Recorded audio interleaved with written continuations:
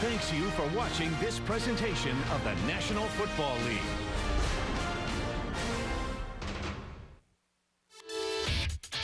Catch CSI Miami, CBS Mondays.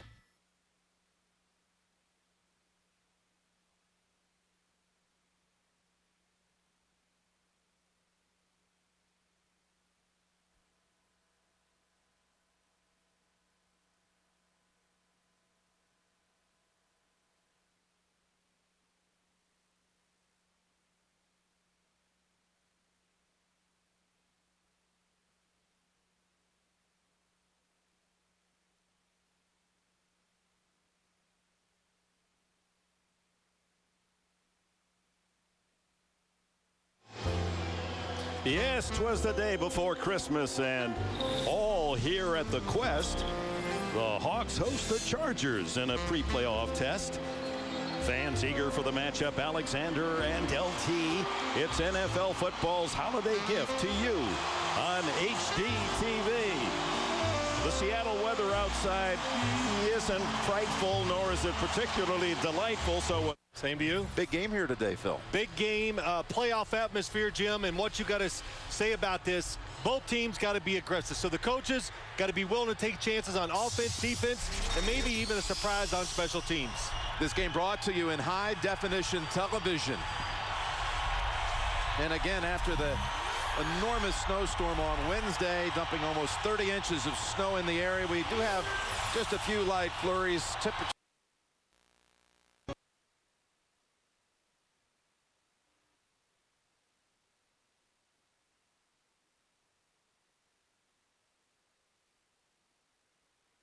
the Seahawks will get it first. A short kick. Nate Burleson comes up at the 13, 20, 30, and hits a stone wall at the 30-yard line. Tackled by Carlos Polk.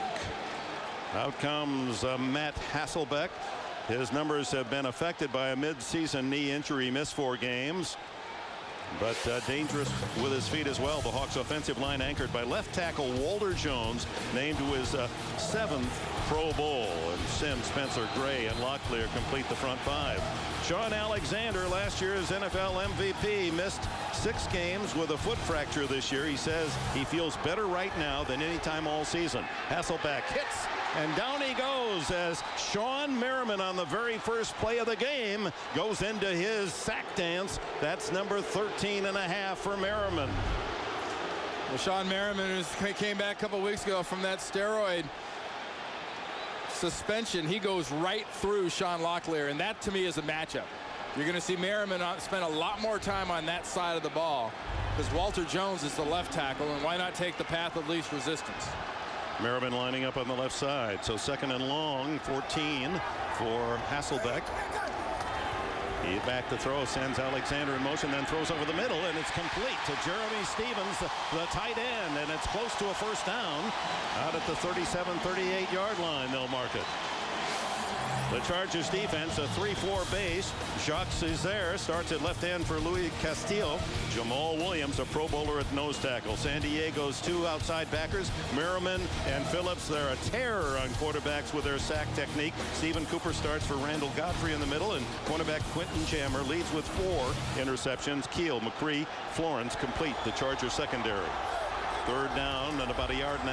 Hasselbeck throws out of the backfield and hit immediately is Mo Morris, who's in on 3rd down for Sean Alexander, and it would appear Quentin Jammer's tackle will deny a first down.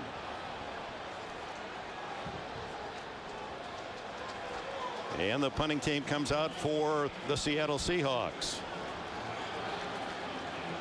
We welcome those of you who've seen another exciting Tennessee Titan win, 30-29 over the Buffalo Bills, and it has been for Jeff Fisher's Tennessee Titans an incredible completion of this season.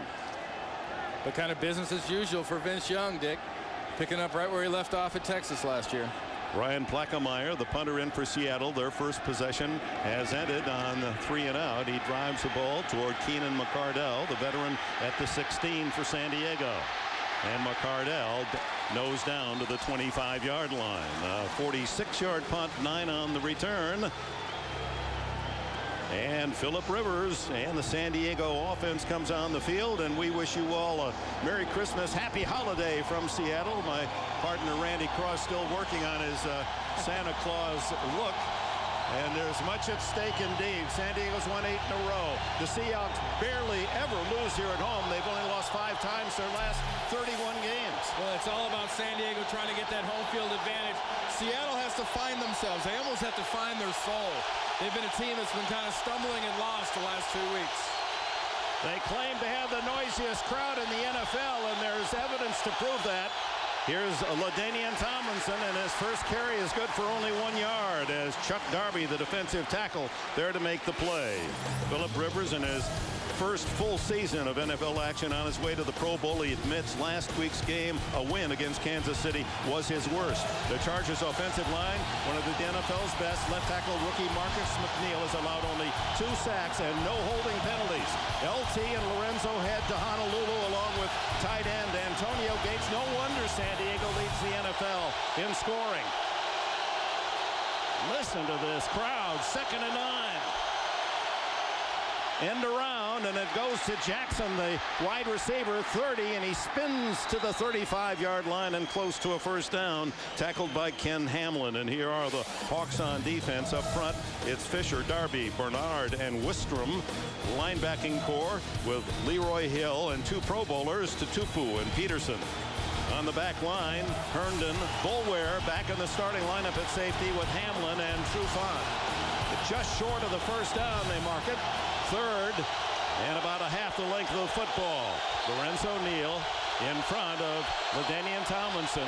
The Chargers are 11 for 11 this year on 3rd and 1. They tossed him to LT, and he does make the corner after juggling the ball and has a first down at the 38-yard line. So that's 12 for 12 on 3rd and 1 for San Diego on the season. Well, LT has been such a versatile weapon for the San Diego Chargers that, you forget when he gets a single performance like he had against Kansas City, Dick, how dominant he can be in a game. And that was as dominant a performance as he's had all year long. Look at the records. NFL records, touchdowns, rushing touchdowns, points scored, 8 straight multiple TD games. He gets a first down on that 3rd and 1 to the 37-yard line. Back to Tomlinson, hit in the backfield and dropped. Is it ruled a fumble? Yes. No. They're saying nope, no fumble. It's been marked down.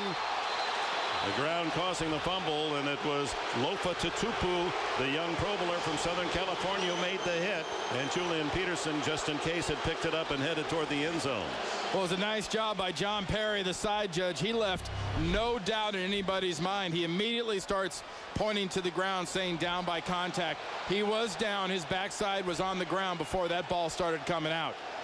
That's an excellent call. But how about some beautiful defense by Seattle on that particular play? They've got to find a way to penetrate because physically the Chargers will outman them. 2nd and long for San Diego as a 3-yard loss on the first down carry by LT. Rivers, first pass. No one open. Finally runs out of time and room, out of bounds at the 39-yard line. Well, that's good coverage by the deep defense of the Seahawks. But it was smart play by Phillip Rivers. Last week he had some bad plays where he threw a ball in that circumstance, threw the ball back over the middle of the field. It became an interception against Kansas City. It was his worst game as a pro last week, and he was forced into it. He saw some looks. He wasn't familiar. It's part of the progression of a young quarterback, but like you saw on the last play, sometimes just running or throwing it away is the smartest play a quarterback can make. He said he watched Peyton Manning in the night game and saw how Manning would dink and dunk, take the short yardage, not try to force it. He said, I learned a lot from my mistakes and then watching the pro Manning and how well he operated. Throw down the middle, almost intercepted as Kelly Herndon had his hands on it. And Rivers hits the deck under pressure. It was Tutupu in there to harass the quarterback of the Chargers, and a good defensive stand on the opening San Diego series for this Seattle team. Well, as Lofa Tutupu coming from his middle linebacker position, putting the rib buster on Phillip Rivers, hitting him in the perfect place. Actually, that's about the only place you can hit a quarterback these days, is somewhere around his number. Otherwise, it's a penalty. Mike Seifers to punt it, averaging just under 42 a kick, hangs it very high.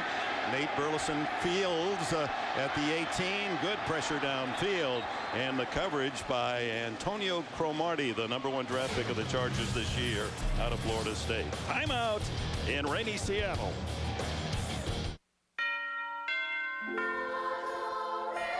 Life is measured not so much by what you do as by what you do for others.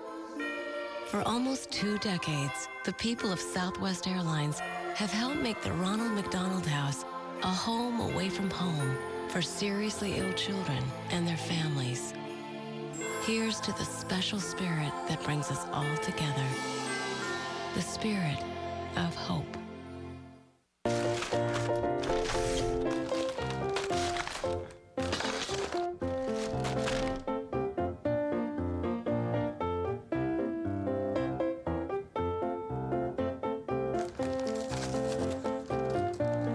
Pursuit of Happiness is the #1 movie in America. There's one guy in here who's...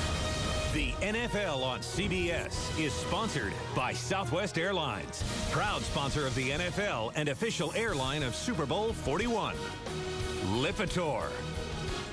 And by My Plan from Fidelity, retirement planning made easy. Aerial view of the Cascades, the Evergreen State. Clinton Hart with the interception, his second of the year. The ball was deflected by Donnie Edwards on first down. Fake to LaDainian Tomlinson. Rivers going long. And it is incomplete to Antonio Gates, the tight end, and he was well covered by Marcus Trufant. Mike Holmgren saying Trufant really living up to his first-round draft status on this season. Well, besides LT, there were a lot of MVPs you could hand out on this Charger team, and I'll tell you, Donnie Edwards is having as good a year as he's had for the Chargers, and here he tips the ball, which then ricochets off Hackett, ends up in Hart's hands, and you give this offense turnovers, they score enough on their own. You don't need to give them extra opportunities. These fans in Seattle, I don't know if they ever use their seats. They've been standing since the opening kickoff. Rivers, quick throw flag, a false start. It appeared that left tackle Marcus McNeil pulled off the line prematurely. And that is an indication. False start. Offense number 68. A 5-yard penalty. Remains second down. We said earlier, a lot of stadiums, a lot of fans say they're the noises. Well, here in Seattle, they claim #1, and they've got the statistics to prove it. They led the NFL last year, 24 false starts created here in Seattle, and that is the 22nd this year. Again, best in the league.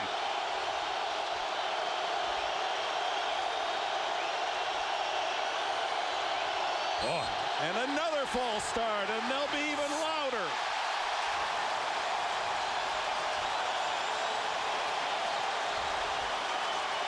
Part of that's on Phillip Rivers, though, Dick. He's got to get that playoff. False start. Offense number 73. A 5-yard penalty. Remains second down. Number 23, the spirit of the 12th fan here in Seattle, and these fans live up to that incredibly 100% spirit. Remember about a year ago when there was a little tussle over that whole 12th man thing between Seattle and the Texas A&M Aggies? They're earning it here today. 2nd and 20.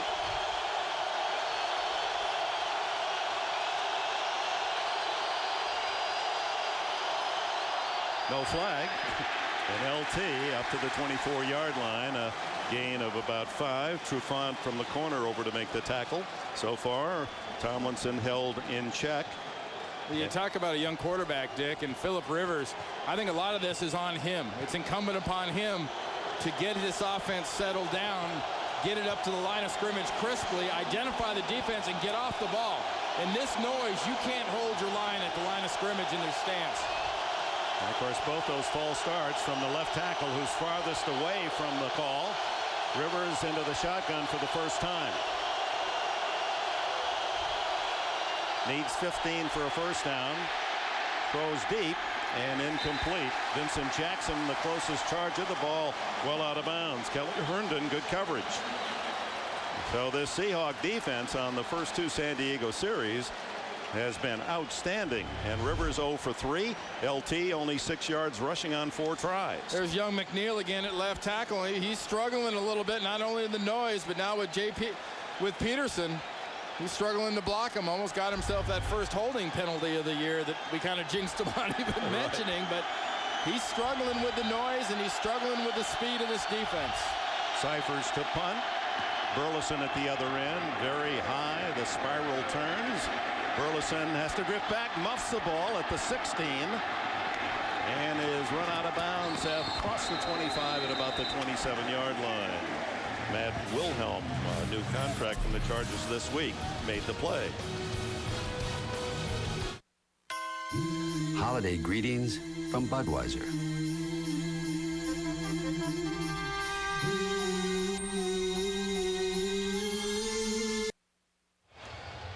Welcome back. CBS Sportsline has the very latest NFL playoff scenarios and in-depth analysis on all the races. It's all online right now at cbssportsline.com.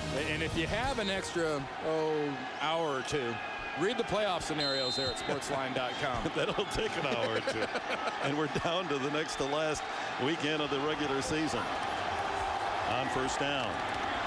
Straight ahead goes Alexander and draws a defensive crowd after a gain of about 2. Well, Mike Holmgren in his 9th year here, of course, took the Seahawks to the Super Bowl a year ago, and he told us that the last 2 losses at Arizona and then here at home on the Thursday night against San Francisco, he said, were the most difficult 2 games he's ever witnessed as a head man. He said he just didn't know what to do about it. In fact, he got a lot of calls from friends during the week, and he said, I went into a bunker. I told my secretary, I don't want to talk to anybody. Back to Alexander. He'll make you feel better, and he plows his way to the 35, maybe the 36, and has a yard and a half to go for a first down. You know, Dick, what I think, and I've known Mike since the days back in San Francisco when we were together, I think what really bothers him is he's a control freak, like all coaches are. He's a detail freak, but the problem is it's something he can't control. He's used to being able to fix it. He's used to being able to address it. You can't fix what's in a player's head. If your players decide in the 4th quarter, like the Seahawks did last week, to stop playing, it isn't you, it's them. It's Alexander straight ahead, and he is dumped on his nose, and it looks as if it's going to be very tight for the first down. Looks he's a little short. Yeah, it's going to be 4th down. And Seattle still in control, well in control of their destiny. They are 8-6 atop the AFC West as they go for their 3rd consecutive. If they should win today, a title here in the NFC West. They'll have one eye on the scoreboard with that San Francisco-Arizona game going on today. San Francisco suddenly in the picture. Should Seattle lose and San Francisco win, then the 49ers are still with hopes of a playoff spot. Boy, this is going to be tight. It's a first down by the nose of the ball. I think those orange chains are shorter.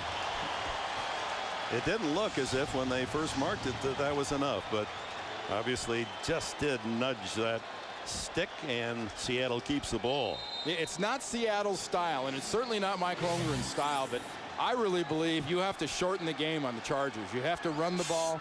You have to maintain time of possession, and you've got to limit the number of possessions they get. Maurice Morris, the backup to Sean Alexander, into the arms of Donnie Edwards after a gain of about 3. Morris had a good season. He's had to play a lot because of the 6 games missed by Alexander with that foot fracture, and he's at the 562 mark coming in with no touchdowns. That's one of those really an oddity. How about Seattle all season long, 5 rushing touchdowns. Only 2 in the last 11 games. Quick throw to Deion Branch. The ex-New England Patriot has a first down at the 49 with his initial catch. And that's what you have to do against this defense of San Diego, is get into a rhythm and protect. Because if you can, you've got the receivers. Hackett's been hot. Branch can get open quickly. He's a very quick receiver. Stevens has to learn how to catch the ball again, but you throw it quick, you can do it. Back to Alexander, and he runs into some solid resistance at the Charger 49-yard line as Marlon McCree comes up from secondary, the former Carolina Panther. Well, Dick, here's what you were talking about, the lack of rushing touchdowns. It's all on one guy. You know, Sean Alexander broke that bone in his foot, in the opener against Detroit, and hobbled around for a couple weeks. And then missed 6. He played 3 games and then missed 6. You don't have to look any further than that, but I think the major blow to this team was losing Hutchinson, the guard, in free agency. That crushed it. Hutchinson going to Minnesota, 2nd and 8. Good protection for Hasselbeck this time, so he finds an open man, Hackett, underneath at the 44. It'll be 2 or 3 yards shy of a first down. Sean Phillips there to make the tackle. A look at the AFC, and the Chargers benefit by the loss by Indianapolis today to Houston. There's an upset. And San Diego now assured of a bye in the first week with that result. And you have to you keep your fingers crossed when you make any solid definitive statement about the playoffs, because as soon as you say one thing, someone comes with another version. It is Hornets' nest. Max Strong now is the solo back, the fullback. Hackett in motion on 3rd down and a long 2. Hackett, plenty of time underneath, almost intercepted. It was Donnie Edwards, who has 27 in his outstanding career, and he had it read all the way as the pass intended for Max Strong. You know, Donnie Edwards is off to another nice start, as is his wont. He's a guy that will do these kind of things. Watch him react and just read Hasselbeck. And anticipating he's going to try to dump it off. You mentioned it, Dick, about Peyton Manning last week, dumping it off, and teams are doing that now, especially against this Charger football team. They're not taking the shots down the field because they get your quarterback whacked. Here's Plaquemire. He puts that nose down, kicks that backward spinner, and a good kick. It'll kick off the sidelines at about the 7-yard line. Let's see where they mark it. Right at the 7 is where Phillip Rivers will take over. The battle of field position being won by Seattle. In the human body. Super Bowl 41. The NFL on CBS is sponsored by Budweiser. Bright, crisp, clean, pure. This is Budweiser. This is beer. And by Dell. We don't make technology for just anyone. We make it for only one. You. Dell. Purely you. Just seconds left in the opening quarter, and here comes the noise again as Rivers sets up shop at his own 7-yard line. Throws from his end zone, incomplete. Not even close to Lorenzo Neal as it skips low and away. Lofa Tatupu there to cover, and for Rivers in San Diego, no yards passing in the quarter, 2 punts and 1 first down. You can get the latest scores, stats, highlights from around the league on your mobile phone, fans. You can access it all by going to NFL.com, clicking on NFL Mobile. Well, Rivers rushed his decision there, Dick. He never set his feet, and now here comes the noise with a decibel meter. It's the first time this year you can feel the vibration in our earphones. LT wrestled down at the 10-yard line by Michael Boulware, and Boulware moved into the starting lineup after giving way to Jordan Babineau, and Boulware bigger safety, and he's zeroing in on LT. End of the quarter, no score. We'll return to Seattle after these messages. You're watching the NFL on CBS.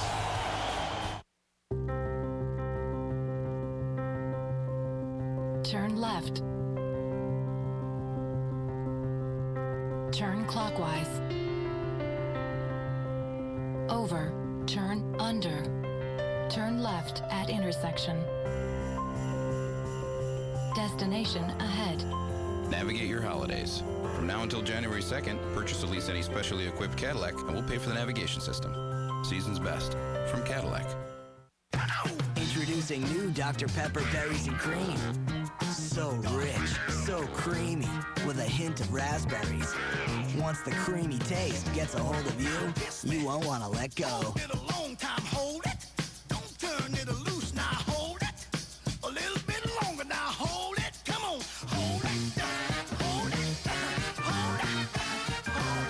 Get your hands on new Dr. Pepper Berries and Cream and get buried in cream.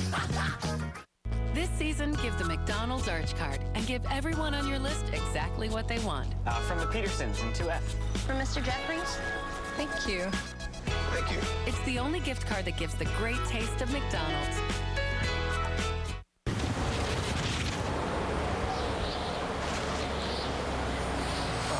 Excuse me, Santa?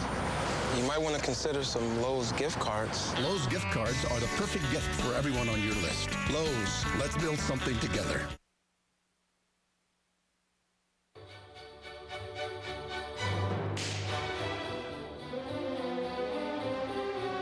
Happy holidays, everyone, from CBS. Well, there's our good-looking crew. CBS here in Seattle. How come we didn't make that picture? They didn't invite us to be in the team picture. You know, it's one of the things about making the big bucks. I guess you got to stay upstairs. They don't let us down on the field. Yeah, they're the ones that make it all click, and in the rain in Seattle, providing you the pictures and the sound of these Seattle fans. And here it comes again, 3rd and 7 as we open the second quarter.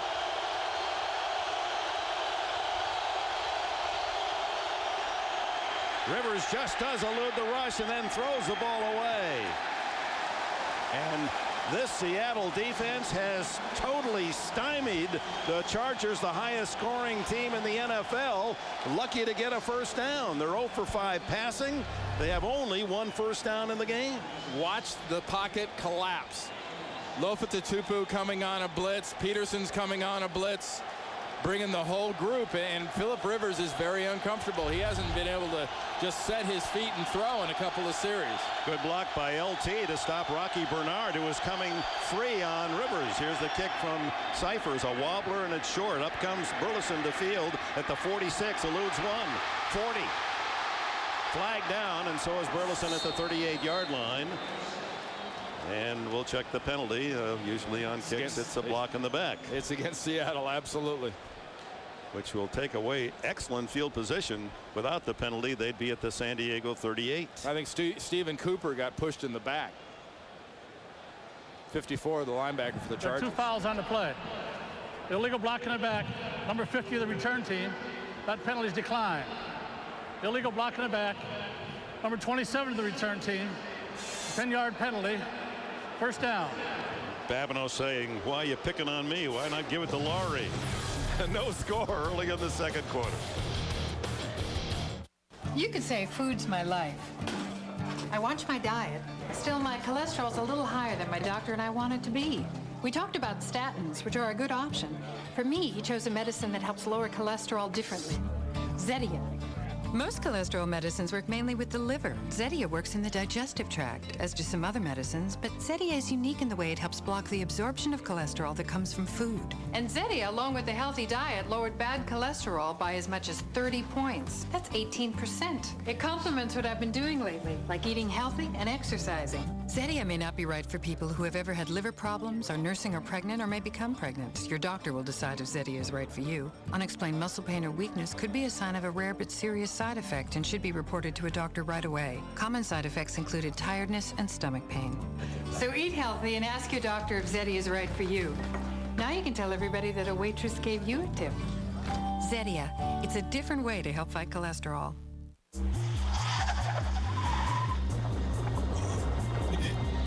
There's no way to hide it. If you drive drunk, we will find you. Cops everywhere are stepping up enforcement and cracking down like never before. Sir, have you been drinking tonight? Sir, have you been drinking this evening? Sir, have you been drinking tonight? Make no mistake, you will get caught and you will be arrested. Over the limit, under arrest. They're real celebrities. LaToya is scaring the hell out of me. There's 11 bullets that aren't even on the target. Do it! Who become real cops. You're my first pullover. Put your hands on the back of your head. It's just a ticket. Never mind, sir. Armed and Famous, a new reality series. CBS Wednesday, January 10th. Yes, sir, Santa. The fans here want another chance at a Super Bowl. The facts, however, are not convincing, and it's a handoff to Alexander, and Olshansky, the third-year defensive end from Oregon, born in Russia, makes that tackle. Let's go to JB. Hey, Dick and Randy, as you well know, on the NFC side of the house, San Francisco still with postseason hopes, but trailing here after Marcel Ship of Arizona takes it 5 yards to pay dirt. Arizona on top, 10-3 in the second. Dick Enberg, Randy Cross. All right, JB, and happy holidays to you guys. in the studio. I'm going to follow Shannon Sharp's advice. I encourage Randy to give me the gift that he recommends. Hasselbeck under pressure, and he's sacked for the 3rd time in the game. And who gets this one? It's Jacques Césaire, his 3rd and a half of the year. Yeah, I'm going to have Shannon's idea. Randy, give me green. That's money. It fits well. James? Hey, Dick, we've learned a lot from Shannon here in the studio. Look here, Rudy Johnson getting it done on the ground. Cincinnati's Johnson, 2nd most rushing touchdown in Bengals history with 45. They're up on Denver, 7-0. Dick and Randy. Yeah, how was Shannon Sharp said he follows his granddad's advice. You know, give money because green's a good color and it always fits. Here's Hasselbeck, 3rd and very long, and he goes long and wide open at the 50 and almost a 1st down to Bobby Ingram. Ingram, who missed 9 games this year with a thyroid condition and just coming back into shape. Such a valuable, especially 3rd down receiver throughout his 11-year career. Well, this West Coast style offense that Seattle runs, Dick, is so much based in timing. You see that foot go into the ground for Hasselbeck. That ball's coming out right after that foot hits. That's what you have to do against this defense. You cannot sit in that pocket and bounce around, or Merriman and company will absolutely drill you. That's a great little plus now for Seattle. They've got that one in their hip pocket. 20 yards on the play, but short of the 1st down. And here's the kick again by Plaquemire. McCardell waving for the fair catch, and he's run into it at the 10-yard line, and a flag with it. It was incidental by Celestine, but you can't hit a man when he's calling for the fair catch. Got to give him room. The ball drifted right toward Celestine. He just couldn't avoid the contact. Remember, there's no such thing as that old halo thing anymore, so that wasn't the fact. But you can't go up there and try to take it away from the guy that's called the fair catch. Prior to the catch, personal foul, interference with the opportunity to make the catch.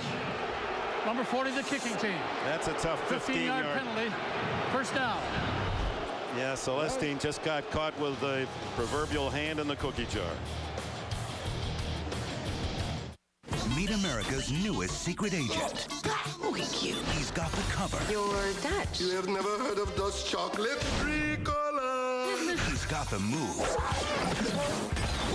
He's got... Tell me about Jake Rogers. Jake is my man. The backup. So you gonna shoot me? That's what I've been waiting on. If I die, I'm Tupac. If I live, I'm 50 Cent. Codename, The Cleaner. It takes years of training to do what I do. Hey, give me that. Stop that causes shrinkage. Rated PG-13. Starts January 5th.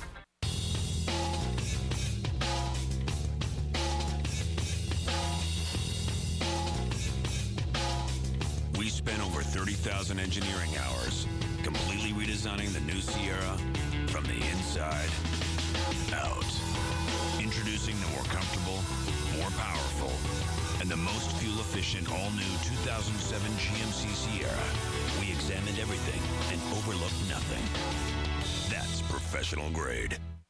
You've been looking forward to a celebration this big all year. It's Red Lobster's Big Seafood Festival, a feast of new combinations of our biggest seafood. Indulge in rock lobster tail, king crab, and jumbo scampi. Only at Red Lobster. The Philips Norelco Smart Touch XL adjusts to your face for a closer shave with 50% more shaving surface and 3 shaving rings in each shaving head. Philips Norelco, the world's best-selling electric shaver. Simplicity is making every stroke count. It's gonna be one mother of a Christmas with 3 episodes of How I Met Your Mother. Hypothetical high five. Nice. On CBS Merry Monday. Monday, Dave's got Danny DeVito, a 16-year-old duct tape expert, and the top 10 questions on the Macy's department store Santa application. Are you prepared to lie about our PlayStation 3 availability? Monday. Light drizzle continues to fall here at Quest Stadium in downtown Seattle. Phillip Rivers and the Chargers start at the 25. They get the breakdown, the 15-yard penalty. LT breaks out of 1 tackle. He's to the 30, the 31, and with that carry moves over the 9,000 career rushing mark. He's the first in NFL history to do it in his first 6 seasons. And he'll be the first one to tell you, with all the records, all the accolades that he's accomplished, it's a lot about the guys around him. It's about Rivers. It's about that offensive line. But it's especially about Lorenzo Neal, number 41, his fullback. He couldn't have accomplished the numbers he's accomplished without Lorenzo Neal. That's why Neal is going to the Pro Bowl with Tomlinson, just as Max Strong is the blocker for Sean Alexander. 2nd and 4. And he follows Neal here, who makes a fine block on the corner. And LT tripped 1 yard shy of the first down by Leroy Hill. He never trips up. Let's go to JB in New York. Hey, Dick and Randy, Cardinals looking to make it 4 straight over the Niners. This time, Matt Leinart looking there, taking his time, going through all the reads, finally nailing Larry Johnson with that 6-yard strike. 17-3 Cardinals over the Niners. Back to Dick and Randy. Isn't it interesting how teams have their nemesis? 49ers beat the Seattle team twice this year, home and away. So the Niner fans are saying, oh yeah, sure, Arizona now overachieved. That's Neal on 3rd and 1, and he appears to be across that yellow line for the first down. So that makes 2 for 2 today on 3rd and 1 situations they convert, and 13 for 13 for the season. Here's Tomlinson now at 9,006 yards, and there are the others to rush through their first 6 seasons in the league, all flirting over the 8,000 mark, and Smith almost 9,000. But LT the first to accomplish it as his numbers continue to grow, although minute for his season on this day in Seattle. On first down, play action, LT. Throw incomplete to Jackson, who came back to meet his quarterback. And just as he was against Kansas City, Phillip Rivers seems out of sorts with his receivers today.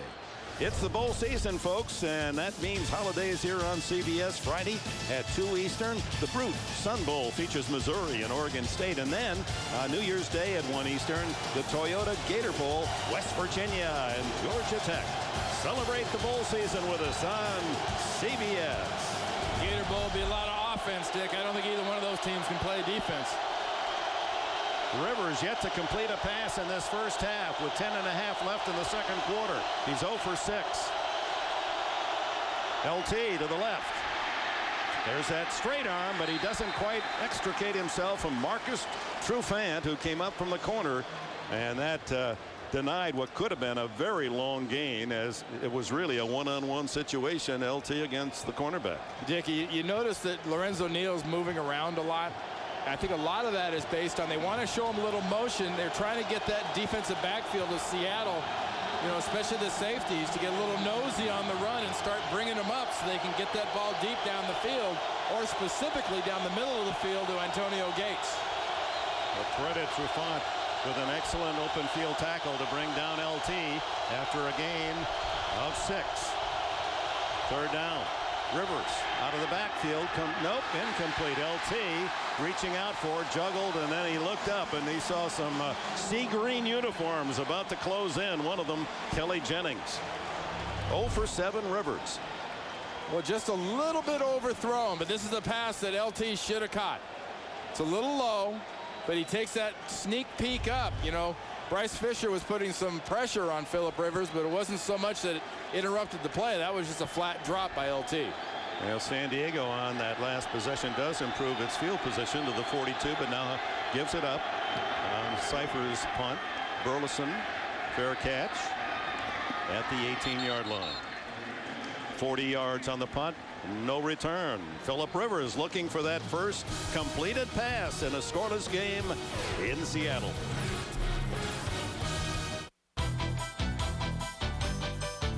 The NFL on CBS is sponsored by Vonage, a better way to phone for less. DirecTV, there's good TV, there's better TV, and then there's DirecTV. And by Hummer, like nothing else. Pilot's view of the Puget Sound. Welcome back to Seattle, Washington. We've got a scoreless game. Chargers with an 8-game winning streak. Seahawks have lost their last 2 first-place teams in action. Lots of playoff considerations. Hasselbeck starts at the 18. Play action. Running away from Merriman. He better hurry. Now he throws incomplete and just throws it out of bounds. And he could hear the breathing of Merriman pounding behind him. Here he could feel the hot breath on the back of his neck. Merriman's coming off his natural position there at that right outside linebacker position, and if not for that little stumble you saw there about his 4th or 5th step, he'd have run down Hasselbeck before he had a chance to throw that thing away. Now Strong lines up at fullback to lead Alexander, and here he comes up the middle and runs into big Jamal Williams. Williams, many feel the top-nose tackle in the entire NFL. He goes again for the 2nd straight year to Honolulu. And you're going to see here on this play why he's considered what he is. Here's Jamal Williams right there working against Spencer at center. He's got about 50 pounds on Spencer. They're trying to double team him. So right there, 350 pounds broke through and overcame about 650 pounds. Strong in the backfield on 3rd down. Hasselbeck under trouble, a flag down, and Hasselbeck is hit for the 4th time. Is that Merriman again? As he had 3 sacks. Cesare was in there as well. He has 1 sack in this first half, and Merriman's celebrating that it was his. Check the flag. That's going to be Cesare, and it's holding on Walter Jones. Holding. Offense number 71. Penalties declined. Makes it 4th down. He flushed him. Merriman flushes him. He beats Walter Jones, the Pro Bowler. Gets underneath him, keeps coming. He flushes him up, and then Cesare gets there for the sack. They might throw him a half a bone. Half and half, huh? But Jacques Cesare is the guy that should get the sack. So the pressure on Hasselbeck has been the outstanding mark for the Chargers. Almost a block as Plaquemire nails one all the way back and over the head of McCardell to the 15-yard line. What a kick! And great coverage, and they're all fumble, and San Diego recovers. Oh my! Drayton Florence able to get back and recover the fumble by McCardell as Plaquemire. The wind is from right to left out of the southeast, and he got that one up in the O-zone for a 72-yard punt.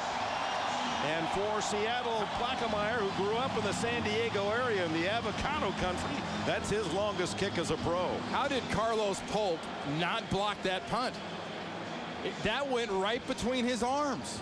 I mean, there's no other explanation. Plaquemire gave it a little extra goose, but that should have been blocked, and that was a fumble.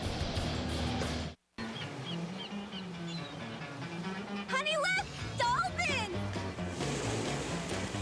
Wow, I can't believe it! There's a better way to phone for less.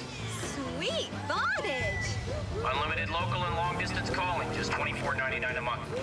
That's a savings of up to 50% on your phone bill. Honey, the Dolphins! Come on, let's go play! Vonage, one smart decision among many, many stupid ones. Call 1-800-989-4VON. Y'all ready to order? And y'all ready to check me out in the amazing picture clarity of DirecTV HD? It's broadcast in 1080i. I totally don't know what that means, but I want it. For the best in HD, get DirecTV.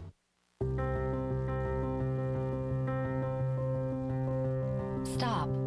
Back up. Turn right. Turn right. Straight ahead. Turn left at intersection. Destination ahead.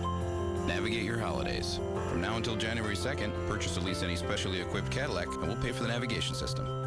Season's best from Cadillac.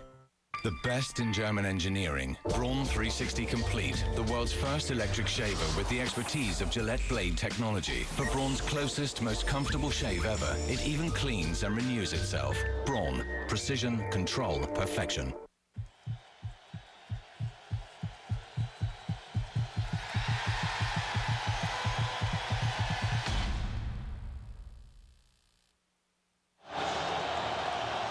Carlos Polk shaking his head, wondering, how did I not block that punt? Well, Carlos Polk is coming right here, right over Derek Rackley. And, I mean, he bones right through the center. Rackley's the most shot guy in the world because he knows he's not supposed to be taking that kind of hit.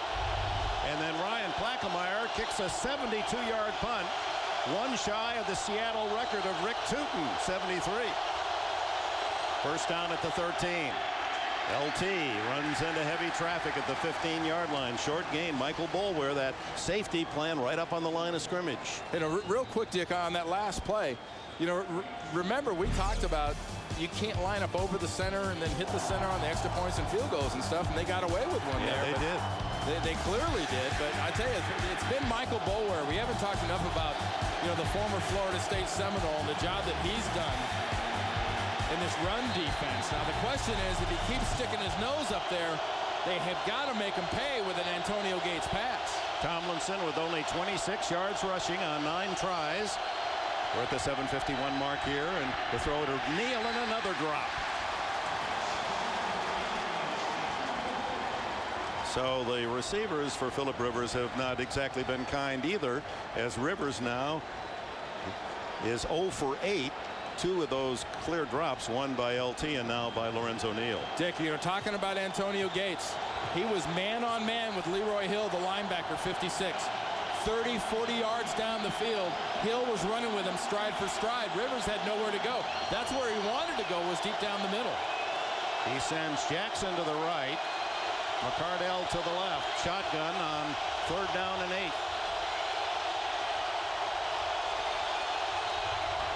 They rush only 4 this time. Rivers fires down the middle, almost intercepted again. Kelly Herndon had his hands on another. That's the second in the half, intended for Antonio Gates, and off the mark. 0 for 9 now for Rivers. And this is about a quarterback who's just a little bit off and a little bit rushing, and how much he can really throw an offense off. Antonio Gates is there and open. That ball needs to be on his left armpit, away from the defender, and instead it's right inside, where the only guy that can touch it is the defensive back. Top team in the league in scoring, San Diego. Held, no points, 5 punts, 2 first downs. Cypher's kick to Burleson at the 38. Gets away at the 40, 45, and then out of bounds at the 46-yard line. So Seattle with the ball again. We're at the midpoint of the second quarter. Chargers, Seahawks, no score. When I got my new H3, I customized it. I got the marker lamps, the chrome, the rims, brush guard, but I couldn't stop there.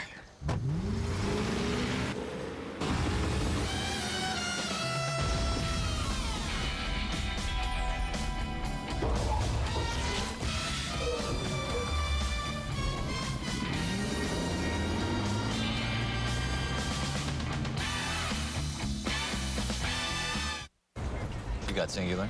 No, Sprint. Sprint mobile broadband downloads 5 times faster than Singular's Edge. Well, I'm done. Because in business, it pays to keep moving. Get the power of the nation's largest mobile broadband network. Get a free mobile broadband card. Visit sprint.com/mobile broadband. Sprint. Power up.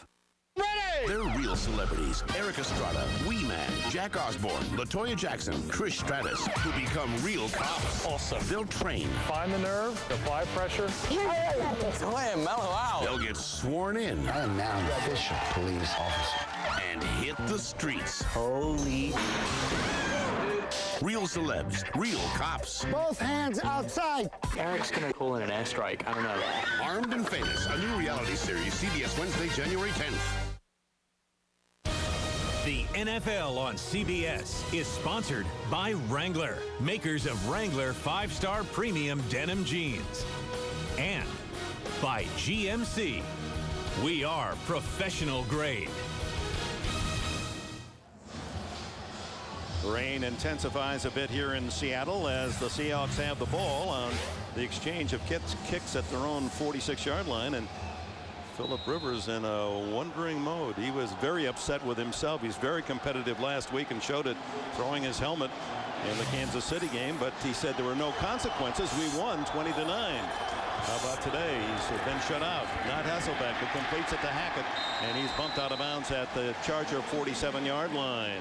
The scorers come in, and we go to JB in New York. And Dick and Randy, let's see how it happened for Denver again. A Chad Johnson fumble gives the Broncos the ball. Jay Cutler makes them pay. Take a look at this throw. Hook up there with Javon Walker, 39 yards. It is now 14-7 Denver on top of Cincy. Dick, Randy. Thanks, JB. Well, that was Elway-esque as Alexander tries to sweep wide left and is brought down after no gain as Terrence Keel and Stephen Cooper. Was Cooper playing today at that inside backer spot? 2 starters not in uniform for San Diego. Randall Godfrey being replaced by Cooper, and Cesare for Castillo. is there with a sack, maybe a sack and a half as they sort it out officially. Max Strong now, the fullback, with tight end Stevens in motion. 3rd and 3. Hasselbeck rolling, throws, incomplete. Good coverage by San Diego's defense. Hasselbeck had nowhere to go, and of course the field shrinking as he rolled to the right, and the Charger defense shifting with him. Well, a smart job by Hasselbeck, though. Why try to force one? You know your defense is playing very good. You know they've got the other quarterback on a little bit of a reverse roll at so far kind of an offer. He struggled last week, did the young quarterback Rivers. Why do something dumb and give them good field position and momentum? Here's Ryan Plekemeyer, who had that beautiful 72-yarder. This one is punched high, and a fair catch for McCardell at the 14-yard line. So the Chargers have it back deep in their own end. Reminder, you've seen the Stars dance, but you've never seen them bust criminals until now. See what happens when real celebrities become real cops. Armed and Famous, coming in January to CBS. Well, the Chargers have the ball for the 6th time, and the first 5 repetitive punt to punt to punt to punt to punt. And it directly leads to 2 conversations. One is the job the defense is doing on LT. The others is the lack of poise and success so far out of Phillip Rivers, the quarterback. Neal, the fullback, is lined up far to the left, and now they bring him in motion to the inside. And here's LT following Neal and gets some daylight. 25-30 in the clear at the 35. 2 men chase at the 50. Tomlinson running out of gas and steps out of bounds at the Seattle 25-yard line. So held in check through the major portion of this first half. We're at the 6-minute mark in the second quarter, and then finally, as he did against Kansas City with an 85-yard touchdown run, he reels in a 62-yard effort. Well, you want a key? Follow your fullback and see where he's going. Lorenzo Neal, one of the best that's ever done it. Nice lead block, great run. The old saying for Alka-Seltzer, plop, plop, fizz, fizz. Oh, what a relief it is. It's all about LT. He's the relief they like. Takes Chargers into Seattle territory, their deepest penetration, and Michael Turner giving LT a breather. And Turner, all he's done is come in for relief, and that gained 415 yards and average 6.4. But here's LT into open daylight. Well, and the reason there's open daylight is they didn't have their fits on defense. Seattle's done a very nice job of occupying each gap. No matter how well Lorenzo Neal and the offensive line is blocked, there's been a Seattle Seahawks defender in the gap until that last play. Turner, number 33, stays in. Tomlinson catching some air on the sidelines. 2nd down and short 7. Hand off to Turner. Cuts back inside and powers his way down close to the 16. Bryce Fisher with a tackle. Well, it's been a declining report card for young Phillip Rivers. Yeah, it's hard not to like this kid. He's a coach's son, and he's got the great attitude, and he's fiery, and he's got a wonderful arm and a good football head. But he's going to become more and more of a topic of conversation as we move closer to January for these teams, because these San Diego Chargers have seen a couple teams with good records go one and done in the playoffs, and they don't want to see that out of their Chargers this year. Now, Rivers has no chance to get a playoff here, so the Chargers, Marty Schottenheimer, use a timeout at the 4:32 mark. San Diego threatening to get on the board. Hey everyone, Gumdrop here. As the big day draws near, we're getting a little concerned with sleigh space. So we need you all to start thinking small, as in the Radio Shack gift card. They're small, like me, and they can be used for Sirius satellite radio, MP3 players, wireless phones, digital cameras, and accessories. Let's face it, the old sleigh isn't getting any bigger. And the big guy, well, he ain't getting any smaller. The perfect holiday gift, the Radio Shack gift card, only at Radio Shack. And welcome back to Seattle, and happy holidays, everyone, from all of us at CBS Sports. Dick Enberg, Randy Cross, our producer Bob Monsbach, Suzanne Smith, our director. 3rd down and 3 Chargers at the Seattle 17-yard line. LT is back in the game. And he takes the toss and has running room. 20, 15, 10, and out of bounds with the first down is Ken Hamlin there, the safety for the Seahawks. LaDainian Tomlinson is so hard to contain. All he has to do is give you that little fake, that little Barry Sanders wiggle. You asked him yesterday, how come you're doing it more? He says, well, I'm getting better blocking.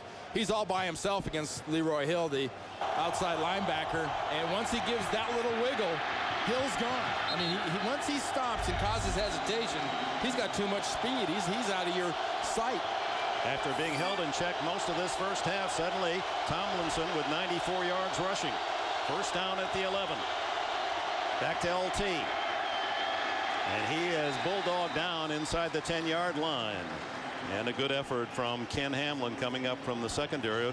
You saw Leroy Hill there get a piece of him, but Tomlinson, had it not been for Hamlin, looked as if he might get his balance and go into the end zone. And that gentleman right there and that line is the reason that Phillip Rivers can have those diminishing numbers and they still win. You know, the bottom line is your job is to win as a quarterback, and they've won those 8 straight or so in a manner that's been fabulous, and it's been all about the offense other than the quarterback at times, and that's okay with Phillip Rivers. Chargers going with 2 tight ends and only 1 wide receiver, and that's Jackson. And Rivers looking for Jackson, looking for somebody. Throws for Jackson. Touchdown. He ran the entire width of the end zone while Rivers bought time, and no one stayed on tight coverage. And Vincent Jackson has his 4th touchdown of the season. That end zone's got a shield of the NFL. It says Seahawks, and there's a Seahawk head. Vincent Jackson started about the K and started running across the end zone. Watch that. He's at the K. W, A, H, A, S. Gets all the way to the shield. And that was about protection. Phillip Rivers dropped about 15 yards deep, and no one got near him. So Rivers says in his defense, as the extra point is delivered by Nate Kading, so I only completed 1 pass in the first half. So what's the score? 7-0, 9 yards to Jackson.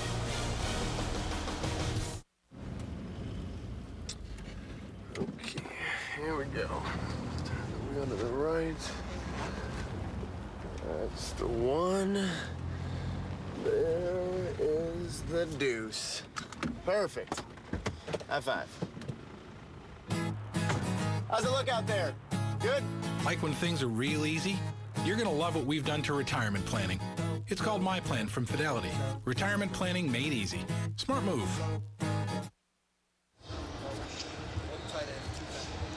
Vincent Jackson, who played at Northern Colorado, only got a partial scholarship there with the Bears in Greeley, and is at 6'5" and 241. Quite a target. It was tough not to see him. He was the only wide receiver in the pattern. Well, and Phillip Rivers, the protection was amazing. Remember, we talked about them not biting on the play action. They didn't even get off the line of scrimmage until about the 3rd, 4th second, and they even get up into Phillip Rivers' face, even attempt to try to get a block him. I think Rocky Bernard was the closest Seahawk to him, and it just took him too long to get to Phillip Rivers. 86 yards in 6 plays for the 9-yard touchdown. The big run. LT's 62-yard scamper around the right side. Oh, Nate Burleson, the deepest man at the 5, as Kading has it teed up for San Diego with 3:18 left in this first half. Kick short to the 9. Burleson tackled from the side at the 27-yard line by Clinton Hart, who had an interception earlier in this game.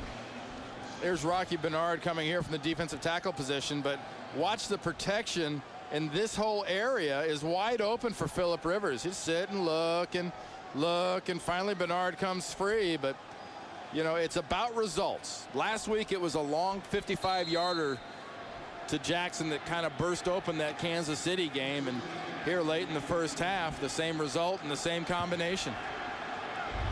Sean Alexander behind Max Strong, and Hasselbeck gets away from the rush, fires over the middle, incomplete. A flag is down, however. Stevens unable to pull that one in, but the flag is in the secondary of the Chargers. Yeah, it's going to be illegal contact. I believe there was a less than friendly bump on Stevens.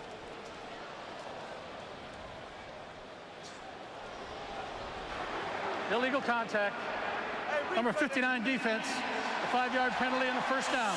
Donnie Edwards, who's one of the better pass defenders in the NFL and has been for a long time, Had his hands on a couple today and created an interception. That was Stephen Cooper that was close to Hasselbeck and was cartwheeled as he was knocked down on a good low block, and that saved the quarterback. First down at the 33 and a flag down. And Cooper was coming back for seconds too. False start. Offense number 62. 5-yard penalty. Remains first down. Chris Gray playing in his 121st consecutive start for Seattle, a record. Passed Cortez Kennedy's 100 a long time ago. Cooper playing for Randall Godfrey, and Godfrey's done a good job when they change it up and they put the pressure from the center. Here's Alexander, picks his hole, gets to the 34-yard line. Olshansky and Cooper in on the tackle. Coming up on the Sprint halftime report, JV and company, they're all set. They've got not only the NFL scores and the top highlights of this day, but a closer look at the playoff picture coming up on the Sprint halftime report. You can almost add a half-hour report on the playoffs. Who's out, who's in, who's almost out, who stays alive. Second down and long. Hasselbeck throws, open over the middle and complete. Deion Branch and a first down near midfield at the 47-yard line. Marlon McCree, the tackle. And clock runs at 2:23, 2:22. Plenty of time left. You've got a full complement of 3 timeouts if you're Seattle, and you've got the 2-minute stoppage, so no need to rush here. Hasselbeck, the pump fake, and then he throws underneath. Alexander tackled immediately, as coming up to make the stop was Donnie Edwards. And this will take it to the 2-minute warning here at the Quest in Seattle, where the Chargers have the only score. James Brown in New York with a look at the GMC keys to victory for one of next week's matchups. The Steelers' Willie Parker has to set the tempo, while the Bengals' Chad Johnson must find the end zone. I'm James Brown, and those are the GMC keys to victory. Over 5 tons of towing capacity. 2,010 pounds of payload. It seems in thinking ahead, our engineers left nothing behind. Introducing the more comfortable, more powerful, more capable, all-new 2007 GMC Sierra. We examined everything and overlooked nothing, then backed it with a GM 100,000-mile warranty. That's professional grade. Built comfortable. Built strong. Built right. Wrangler 5-star premium denim jeans. Wrangler. Real, comfortable jeans. Everybody has secrets to tell. My secrets are bigger than others. The Good Shepherd is the best spy movie ever. Newsweek calls it mesmerizing. It's the godfather of CIA movies. Be careful. The Good Shepherd. Rated R. Now playing. Nice picture. Listen, would you like to... Coach, tonight's the playoffs, and we need you. But I was fired for introducing you to rock and roll. None of that matters now. Coach. No matter what you watch, you'll both agree on the world's first television for men and women. Bravia. Choose more endings at Sony.com/HDTV. Kick off New Year's weekend with a festive Friday as Oregon State battles Missouri in the Brute Sun Bowl. Then on January 1st, 2007, you're in college football bowl heaven. West Virginia and Georgia Tech ring in the new year at the Toyota Gator Bowl. Celebrate the new year with 2 classic bowls New Year's weekend on CBS. 2 minutes to go, second game of our doubleheader. So much to share, but you'll get all the highlights. Sprint halftime report and JB and company coming up on the Sprint halftime report. Ball at the 47-yard line, Seattle territory. Second down and 9 as the Seahawks trying to answer the Charger touchdown before the intermission. Alexander in a split backfield, and Hasselbeck going deep down the middle and incomplete. A diving try by Bobby Ingram. And a tough catch, could not pull it in. Drayton Florence covering, but Hasselbeck wanted his man to catch it. He thought he could have left his feet and pulled that one in. Well, you look at these two quarterbacks, Dick, there's two things that stand out to me. One is Phillip Rivers, 1 completion, 1 touchdown. That's a pretty good quarterback rating in my book. I don't care about the other 9 incompletions, but Hasselbeck's been sacked 4 times. You go 1 for 10, you still get a 72 rating? Yeah, well, yeah. You don't think it's a quarterback-friendly system, do you? Oh, boy, those statistics can tell you any story they want. All right, 3rd down and 9. Chargers showing blitz. Hasselbeck has time, throws over the middle. Ingram got this one, and it's a 1st down inside the 37-yard line. Away from Clinton Hart. Clock running, 1:44. Seahawks have all 3 timeouts. Yeah, you got a veteran group, too. A couple young guys in there, but a veteran group offensively. A lot of poise on this team. And San Diego calls time. They were having trouble getting men on and mostly off the field. Marty calls timeout. Why does that bother you? Why does it bother me? So easy a caveman can do it? Well, it's just a commercial. Okay. Well, what if it said Geico.com, so easy a therapist can do it? Well, that commercial wouldn't make sense to me. Why not? Well, therapists are what? Smart? My mother's calling. I'll put it on speaker. Geico. 15 minutes could save you 15% or more on car insurance. Is checking the referee, Ron Witter. It looks as if he's going to the hood. Of course, from upstairs, they can ask for a replay and a challenge on perhaps that last catch. And there's Josh Brown. He's had a fantastic, dramatic year. Ron Witter indicating that he's going to check this last play. Did it hit the ground? Oh, that's a good catch. Good catch and good spot, actually. That might be what they're checking on, is where the contact was and where the spot should be for the 1st down, but I think it'll be a non-factor, actually. Looks as if they're putting the ball right on the 42 where he went down. Again, if you're just joining us, the San Diego Chargers have never won 9 in a row. They've got 8 in a row here from Marty Schottenheimer, leading the league in scoring and sacks. They've not scored much, but they've shown you the sack power. 54 starting, and they've got 4 in the 1st half today.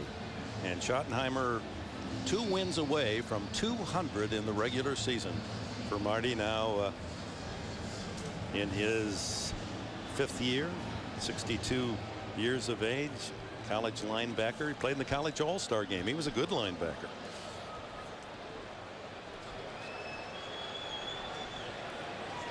Well, they're reviewing actually the catch, and actually they had questions live as to whether or not it was a catch and exactly where the spot should be.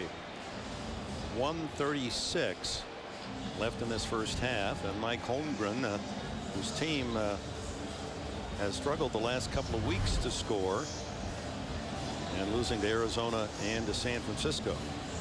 Well, he's got the ball there. He's got the ball there.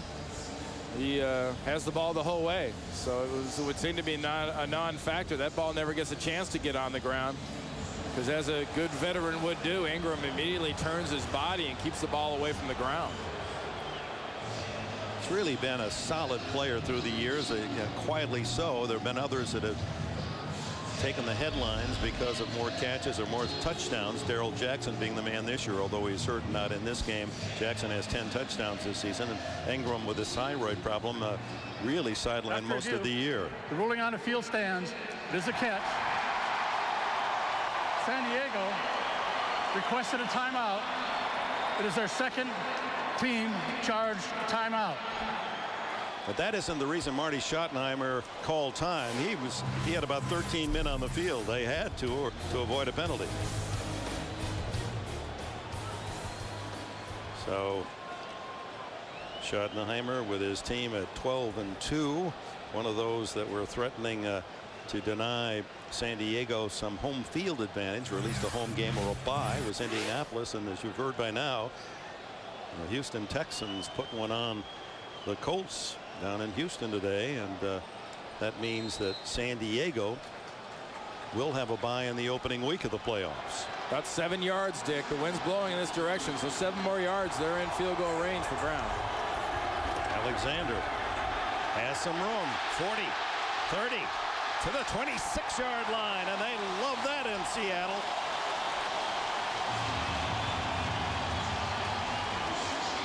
Hurry to the line of scrimmage with 1:20 left. 16-yard run by Alexander. All 3 timeouts still left. Hasselbeck looking for something big. He wanted to go long. Instead goes underneath, and is it intercepted by Hart again? He's at the 5, the 10. They haven't said it was incomplete, and Hart to the 15-yard line. The ball over the outstretched hands of the receiver, Bobby Ingram, and went right to Hart. And if so, that'll be the second deflection interception for Hart in this first half.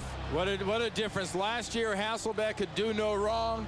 This year, it's been plays like this, way too high to Ingram. Perhaps, yes, he should have caught it, but deflected it into Hart's hands. Now, my question is, does it ever hit the ground here? Was that an interception? Because it looks like the ball has contact with the ground right there as his head hits the ground. That will be reviewed undoubtedly. But Hasselbeck has had one, we talk about the injuries and games missed and everything else. No, finally Ron Winter waves just as the Chargers ready to snap the ball, and this one will be reviewed. This is a big call. As Seattle in threatening position, at least for a field goal. There's the deflection. He has it there, but did he have his hands underneath the ball when it... The ball can't touch the ground. You've got to have it. And I don't know. Take one more look from this angle. See if you can get a peek around the corner here as he goes to the ground. There's nothing there. It would appear when his head hit the ground, it kept the ball from hitting the ground, and his arm kind of shields it when he brings it in. So the review continues with 1:02 left in the half.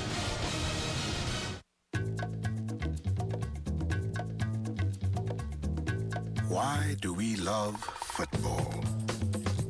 Because it gives us the opportunity to show what we can do. Introducing the Canon Digital Rebel XTI. With 10 megapixels and over 70 years of Canon innovation built right in. The Canon Rebel, America's favorite way to shoot America's favorite sport. Ron Winter with contact upstairs, as this is not a coach's challenge. The final 2 minutes of the half. We have 62 seconds left. The Chargers, if the play is not overruled, have it at the 15. If it is ruled an incomplete pass, then Matt Hasselbeck, already in the hood, will come out and have a chance to move his team toward a possible tying score. He knows it won't be reviewed. I mean, Matt Hasselbeck last year in a complete season had 9 interceptions. This year, in very much an incomplete season because he missed those weeks with the knee injury, that'll be his 15th interception. Only 9 all of last year. We get news from the San Diego side that Marcus McNeil, their outstanding rookie left tackle, has gone to the locker room with a stinger. After review, the ruling on the field stands. It is an interception. First down. So Clinton Hart, the right man in the right spot today. On 2 deflections, he has a couple of picks. Well, what did Hasselbeck tell us the other day? You know, you throw an interception, you throw a pick, you lose the game, you got to say so what and go back and do it again. Chargers with a 7-0 lead and only 1 timeout left. Figure not to take any chances here at their own 15. Tomlinson in the backfield, and here's Neal in motion to come in to block for him. Off that left side, and veteran Roman Oben, who has been the starter for the Chargers at left tackle for the last several years and injured, was unable to start the season, and that gave McNeil, the rookie from Auburn, a chance to start. McNeil has been one of the big surprises in this very successful San Diego year, but Oben's in for him now. When you play the game like Matt Hasselbeck, hunger hits hard. Real hard. For that kind of hard-hitting hunger, Matt's mom has new Campbell's Chunky Barbecue Burger Soup with big, beefy barbecue burgers to feed an NFL-sized hunger. Even when it hits really, really hard. Campbell's Chunky and new Chunky Healthy Request. Meals that fill you up right. Welcome back on second down. Tomlinson now has hit the 100-yard mark for the 9th consecutive game, and there's the 3rd false start as Shane Olivier, the right tackle, didn't hear the count. False start. Offense number 70. 5-yard penalty. It remains second down. So that's 24 false starts committed by the opposition here in Seattle this year. Most in the league, matches the 24 that was tops here in Seattle last year. Isn't it amazing, though, Dick? The Danny Thompson has over 100 yards. Wasn't he just getting stopped about 4 carries ago? That 62-yard run did boost it up, didn't it? Jackson, the touchdown maker, in motion. Back to Tomlinson. And he's protecting the ball as he hits the ground at the 14. Lofa Tutupu, his dad Mosey, who was an outstanding fullback and special team star with the Patriots for so many years. He's here to root his son on. And Tutupu, 2 years in the league out of Southern California, 2 trips to Honolulu. That was Pro Bowler against Pro Bowler. There's Mosey. Boy, the likeness of father and son is incredible. They look like twins. Mosey looks as if he'd go out there and knock you down, as he did in the days of Steve Grogan, the quarterback. And Lofa Tutupu, really a heady player. Isn't making the spectacular plays he made last year as a rookie, but is no less important to this defense. Really has held that front 7 together this whole season. Said he feels better playing lighter at 235. So 1 timeout left for Seattle. They're figuring to get the ball back here, with the Chargers looking at 3rd and 10.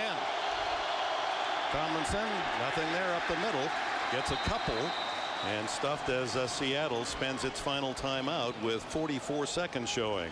Darryl Tapp, the rookie from Virginia Tech, in on that last tackle along with Tutupu. We mentioned about the Pro Bowl here in Seattle. It was a lot less plentiful. Not as many lays being handed out this Tuesday when the Pro Bowl was announced, but Julian Peterson, big free agent acquisition, has been a huge plus for this football team and was awarded accordingly. And Max Strong, like Lorenzo Neal, a guy that is sort of a dead lost position in this league, is that ability to be a fullback, a real true fullback. Yeah, lunch pail, blue collar, and I think every coach in the league applauded the picking of Neal and Strong, because they really do the unheralded job of leading the way for a star. All right, here's Cyphers. Will they come after him? Nate Burleson back at the 40. Well, they're going to try for the return. A driving kick, very returnable. The 38-yard line. Burleson looking for a block. Oh, what an open field tackle. As streaking downfield was Matt Wilhelm and Tim Dobbins. It was Dobbins who got the ankle and tripped him up back at the 40-yard line. The rookie Dobbins, who hasn't seen a lot of regular duty, but on the special teams is second in tackles. He's Iowa State rookie, a 5th-round pick. There's Dobbins right there, 51, just denying the edge, because the edge was there. You saw that desperation in Burleson. He knew he had something set up if he could just get to the edge. And Dobbins, with that kind of speed and that sort of penetration, just ruined that return. So out comes Matt Hasselbeck, operating with no timeouts, we thought. 34 seconds showing. Hasselbeck gets away from pressure, throws upfield, incomplete, and almost another carom that went for an interception as Deion Branch had it briefly. Now isn't the team that plays in the rain and plays in the wind and the cold and in the cold, windy Northwest supposed to be the team that holds on to these balls? Because these deflections and drops are killing this offense. You get your hands on it in this league, it ought to be a catch 90% of the time. Passing yards, Seattle with only 9, but that was good for the 9-yard touchdown, their only completion. 28 seconds now left in the half. Strong at fullback. Hasselbeck steps away from the pressure again, gets it off, and almost complete. Branch drops it again. And that was a terrific throw as Hasselbeck cleared 2 Charger defenders. Cromartie, who is a tall rookie corner at 6'2", couldn't get up for it, and he may have blocked the vision of Branch, who seemed to be fooled by how quickly the ball was there. That was very, very catchable. That's called, if he missed it, he took his eyes off it, and that's more inexcusable than just dropping it. Why would you ever take your eyes off football? I don't care if there's arms and people waving all over the place. 3rd down and 10. Chargers almost offside. Deep drop this time. Hasselbeck fires it long to the far sidelines and no one there. So with 17 seconds left, it's 4th and 10. Fans are unhappy. Did you see who caught that pass? That's a guy that's caught a lot of passes in this league. James Lofton. He's the assistant coach, receivers coach. And Matt Hasselbeck doesn't quite see the humor in that, as you would expect. But there's James Lofton, who was down to the final few for the Stanford University job that came open, and Jim Harbaugh, University of San Diego coach, received that job. Here's McCardell, 20. Fumbled earlier, and he makes sure he doesn't get hit and lose it here as he drops at about the 24.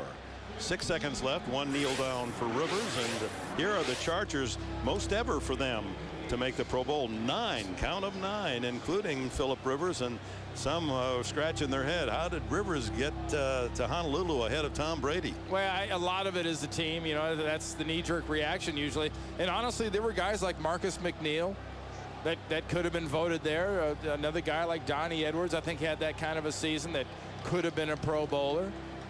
Chris Dielman, the left tackle, left guard, could have been a Pro Bowler. Marty really campaigned for Dielman. He loves Dielman's nastiness, left guard. There's the final play of this first half, with San Diego leading the Seahawks 7-0. We'll be back with a Sprint halftime report after this message and a word from your local station. You're watching the NFL on CBS, home of Super Bowl 41. Second half, San Diego will get the ball first. The battle of the MVPs last year, Sean Alexander, 48 yards rushing, and the man considered the lock to win the MVP this year, LaDainian Tomlinson, 102 yards to lead the Chargers in the opening half.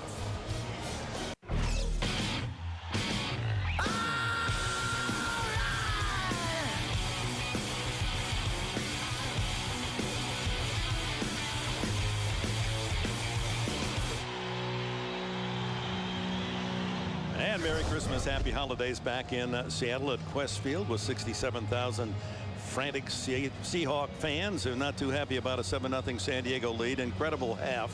One completed pass by the Chargers the entire first 30 minutes, but it's for 9 yards, and the touchdown, the only scoring of the half. It's all been about LT, that one big run, and really their persistence with the running game. And you know, you'd win a great trivia question if you saw 1 of 10 for a touchdown, 12 of 21 with 2 interceptions. Which quarterback has the highest rating? Well, it's the guy with 1 completion for a touchdown. Yeah, let's not get into that statistic. It seems ridiculous, doesn't it? But the 4 turnovers have been huge, slowing down this Seattle offense. The consistent pressure by Merriman and Olshansky. 4 sacks, you meant. 4 sacks, yeah, 4 sacks, and it's been amazing what that defense for San Diego has been able to do in the way of frustrating Seattle, because Hasselbeck has had a pretty good half, but they forced him into a couple of interception errors. And man, can any Seattle receiver consistently hold on to the ball? And just to sort it out officially, Merriman credited with 2 of the sacks, and Jacques Césaire, who's starting for Louis Castillo, has the other 2. And this game is being brought to you in high definition here on CBS, home of Super Bowl 41. So let's go to that comparison, Phillip Rivers and Matt Hasselbeck.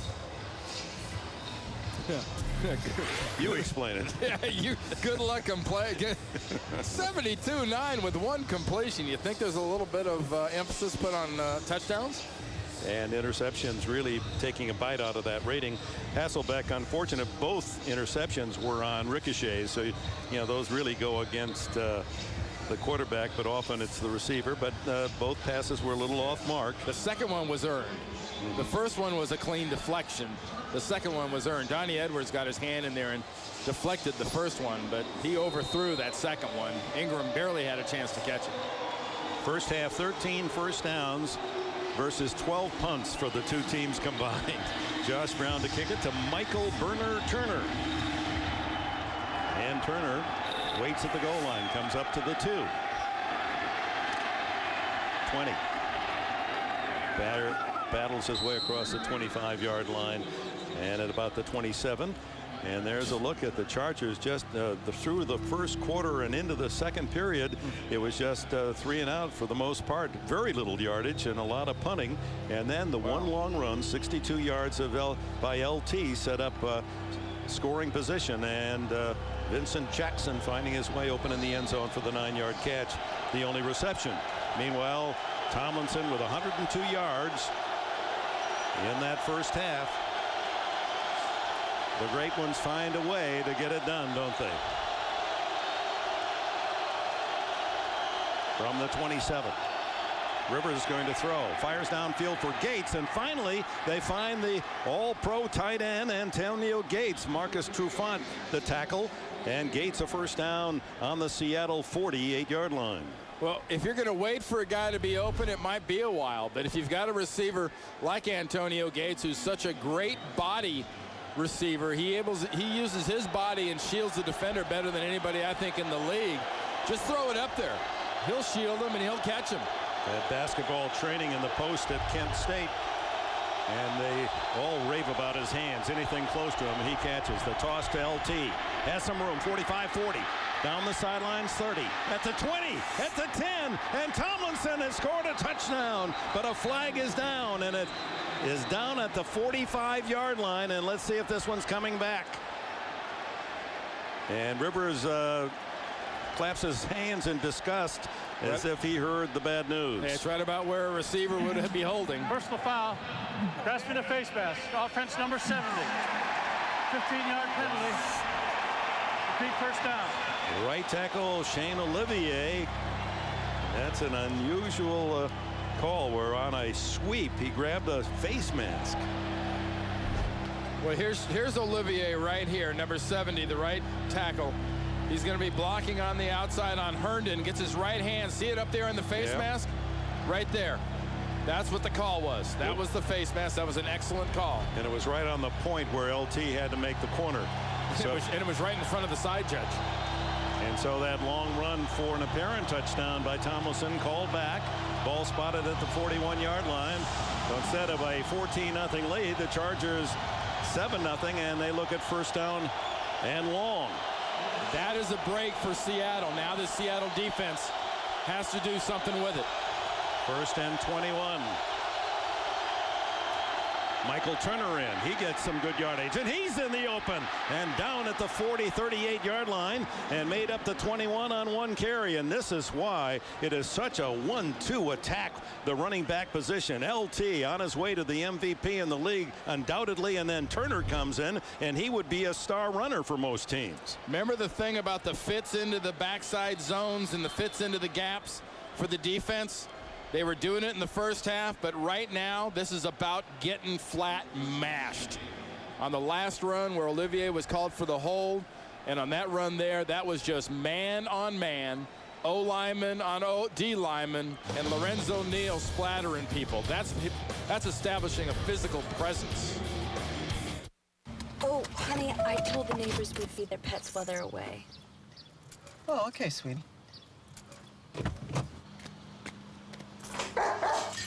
Oh, no. Want to get away? Now you can. Go to Southwest.com for Southwest Airlines $49 to $159 internet specials to 63 destinations nationwide. Purchased by January 22nd. You are now free to move about the country.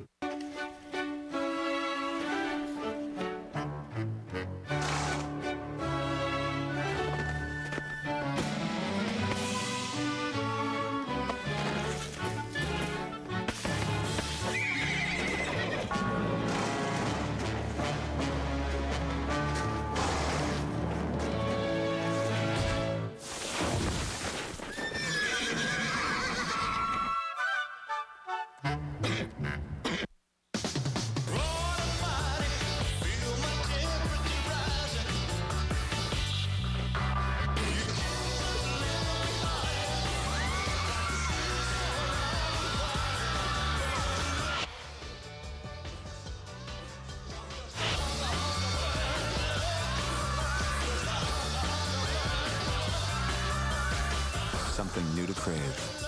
Presenting the all-new CR-V from Honda. They're real celebrities who become real cops. Both hands outside.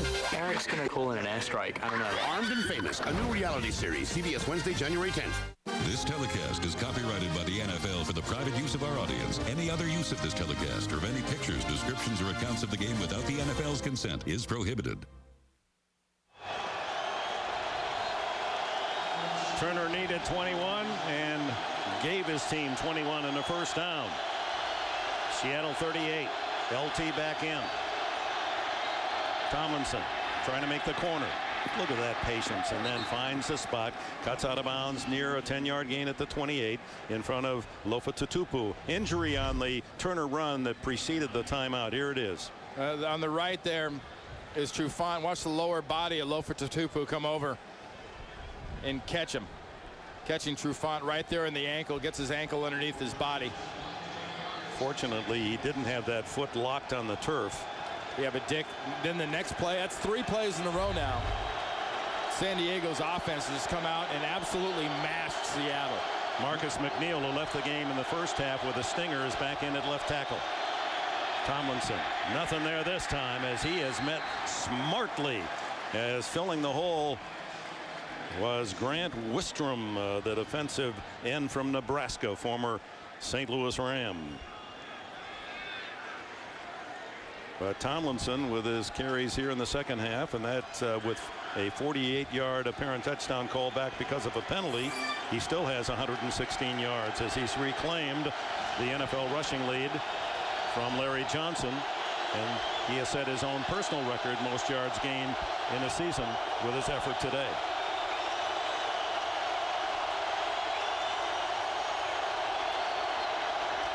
Rivers looking for his 3rd completion, and there's no one there. Looked like the ball slipped out of his hand. Keenan McCardell was about 5 yards farther downfield. And Marcus Trufant, who has been praised by his coaches for having an outstanding season this year, being taken back to the Seahawk locker room. That's really been the story of this Seahawk team the last 3 or 4 years. Injuries. Injured reserve injuries. So you had Hasselbeck's missed time, Alexander's missed time. The only year they've had their team together and on a roll was last year for Mike Holmgren. And their leading receiver, Darrell Jackson, out again with a toe, with 63 catches and 10 touchdowns. You can't use it as an excuse, but it is one, and Rivers doesn't get it off. Tried to call time. Did they allow it? Yeah, they're going to say he yelled timeout before that 0 hit the scoreboard. So the first used by San Diego in the second half. You about pulled the muscle calling that timeout.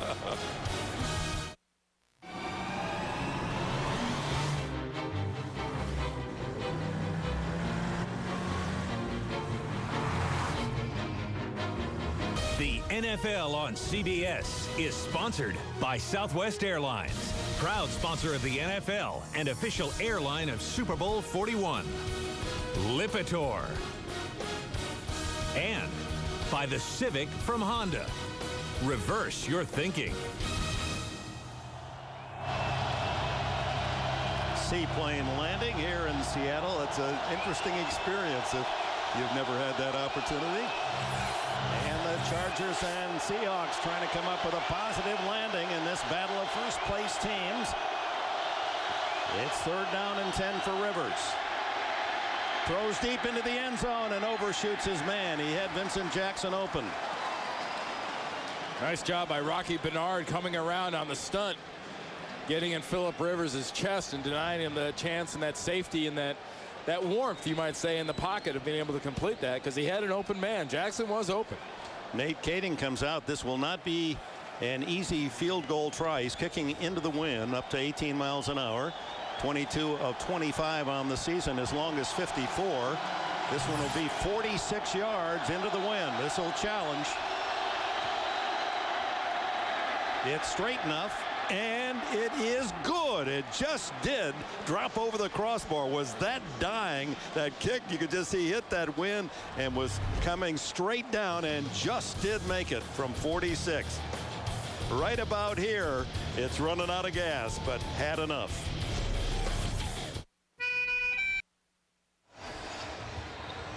Opening drive of the second half, and San Diego comes up with a field goal. Remember the same drive. Tomlinson had a 48-yard touchdown call back on Olivier's penalty, but Kading delivers from 46. It's 10-0.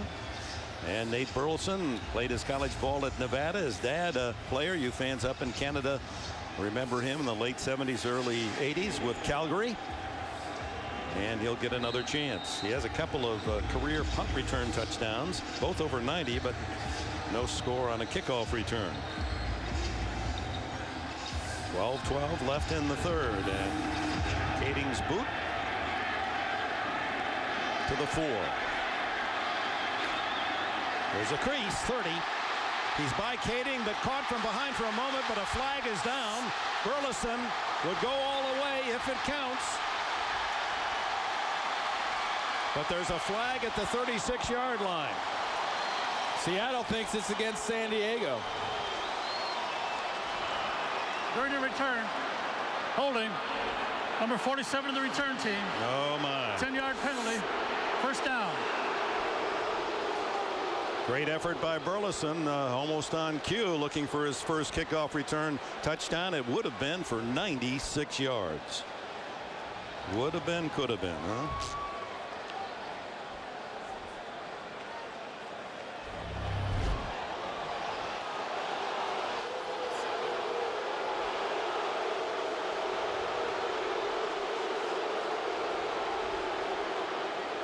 There's the offense. That looked like a heck of a block to me. That looked like much of a hold, but then again, I spent 13 years blocking. What do I know? And you never held. Well, if he was holding, it was inside the frame of the body, and that's not holding. Right. Hand off to Alexander. Igor Olshansky, another tackle for San Diego. This big guy from Oregon playing a solid game again. Here's the first half possessions for the Seahawks, and not much better at all than San Diego. All punts and 2 picks. They did drive down deep looking for at least a field goal at the end of the half, but intercepted, and there's the bat down as Sean Merriman in the face of Hasselbeck. Knew it was a quick pass, couldn't get in, and able to fly swat it.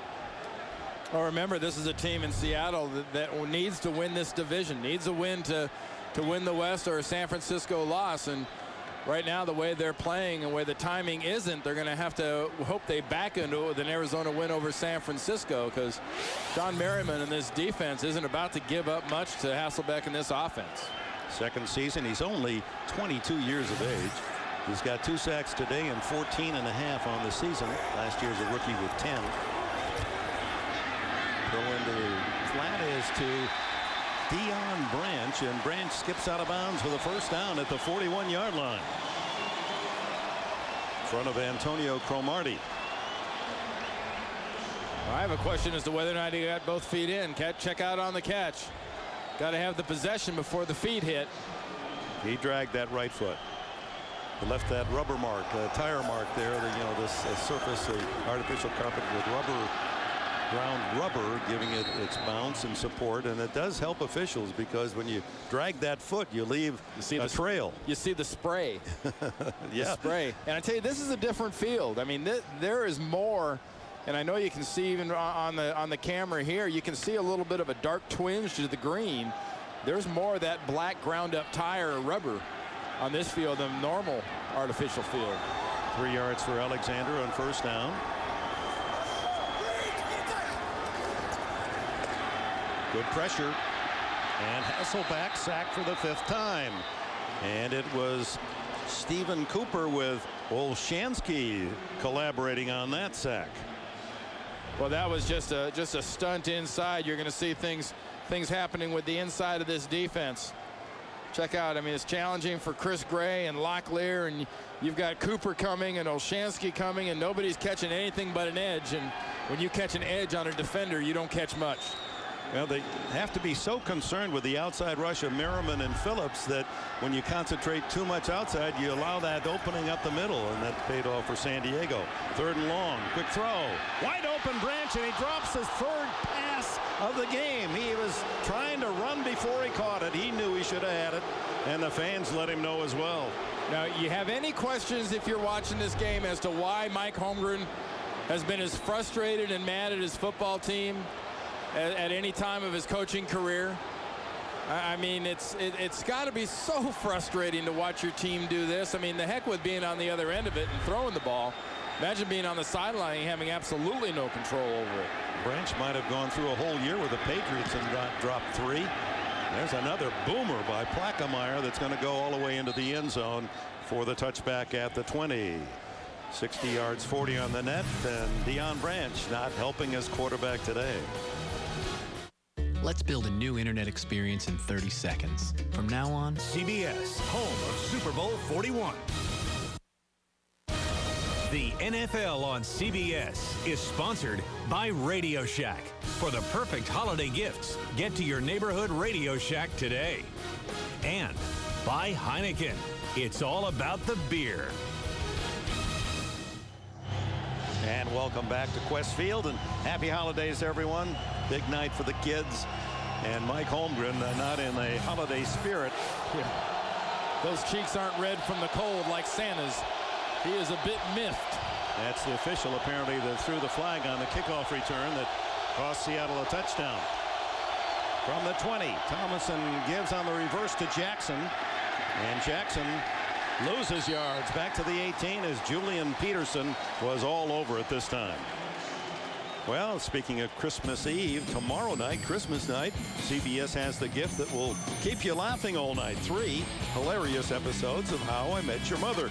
Celebrate the holiday on CBS with a smile Monday night. You know, Dick, for me, at this point in the game, you've got 9:30 left in the third quarter. You're up 10-0. Don't be fancy. Don't run reverses. Don't be cute. You can maul these guys. You can mash these guys.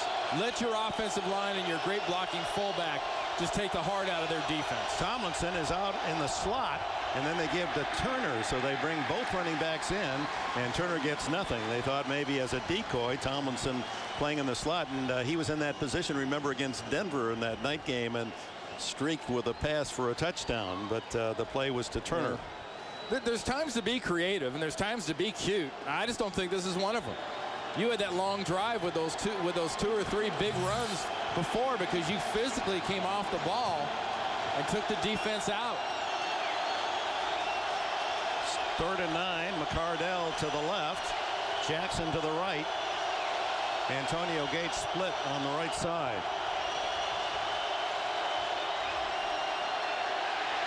Rivers sacked for the first time. And it was Tupu on the blitz. With plenty of support in the second wave. You know, Dick, on this play, too, this is maximum protection. Because you've got Manamalauna and Tomlinson in, plus your 5 offensive linemen.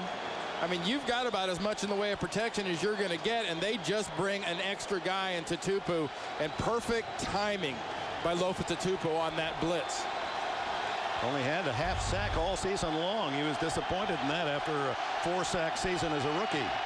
Cyphers to Burleson. He's waving off everyone. The ball will bounce for San Diego and then kick out of bounds at about the 48-yard line of the Seattle Seahawks. Timeout. Why would you want an ED tablet that works up to 36 hours? Because life is full of interruptions. That's all right. You have up to 36 hours with Cialis. Cialis is the only erectile dysfunction tablet clinically proven to work up to 36 hours. 36 hours to relax and enjoy yourselves, knowing you can still be ready when the moment is eventually right.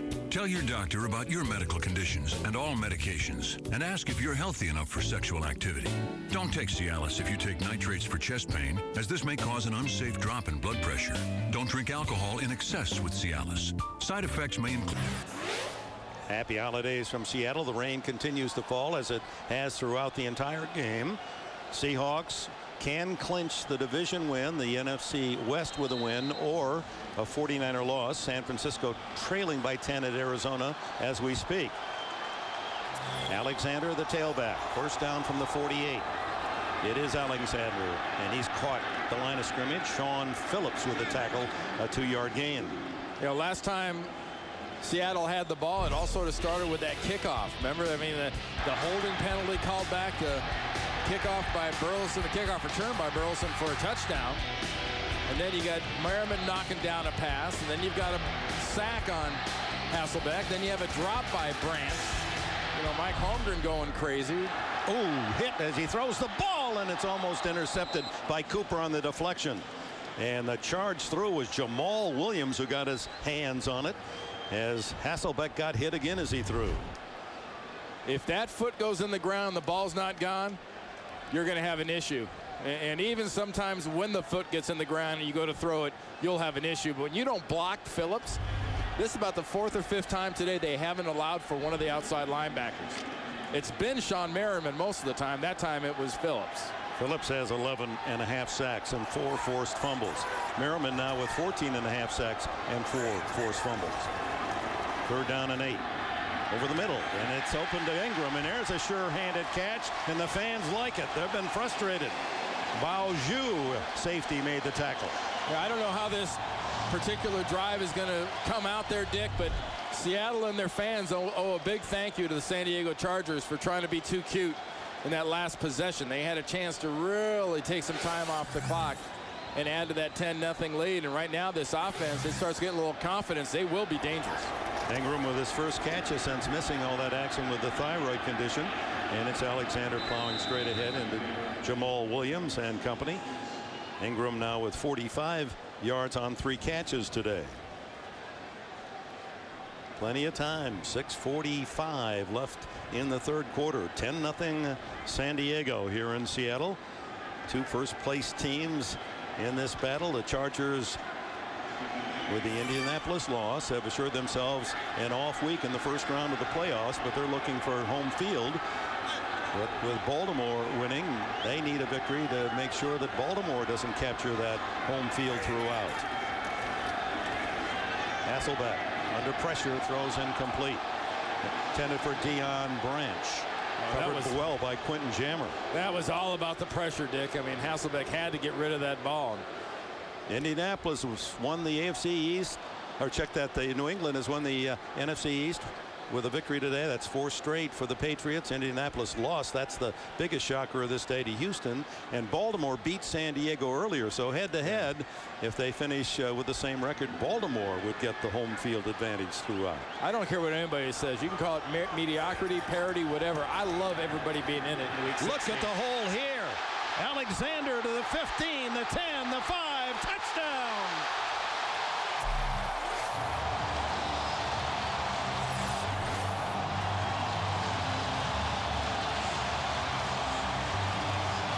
Sean Alexander calling up memories from his sensational MVP year in 2005.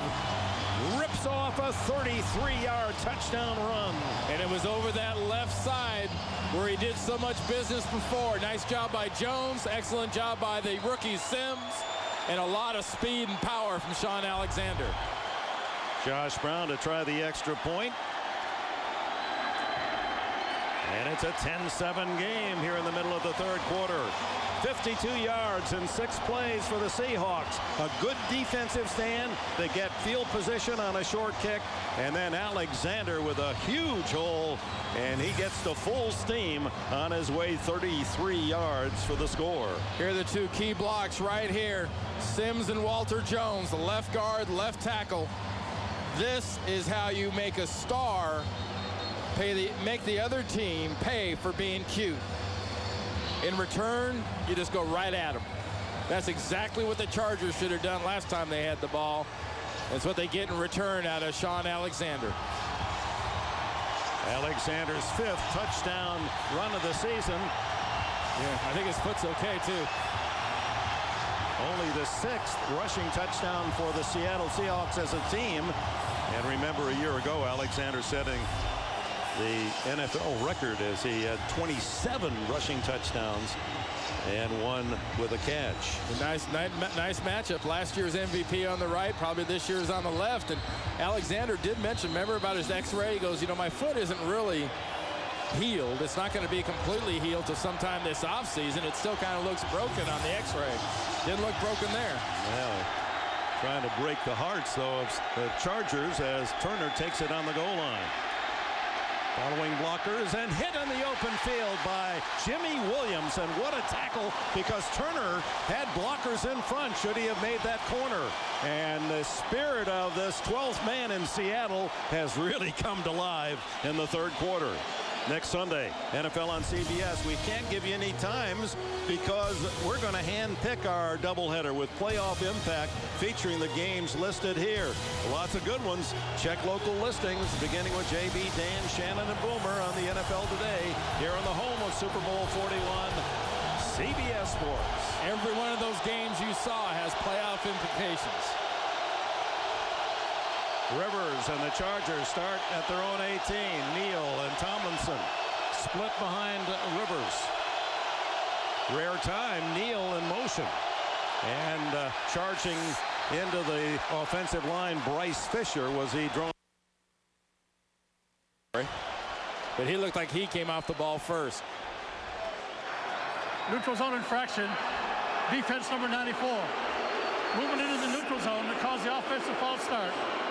A 5-yard penalty. It remains first down. There's Bryce Fisher right there, left defensive end. He clearly starts early, and Shane Olivier, he just sort of moves and reacts. It's a natural reaction, but he comes off the ball first. Fisher, who played his college ball at the Air Force Academy, served a couple of years of active duty in the Air Force. First down and 5. Motion. And the 5 yards given back. False start. Brandon Malamauna.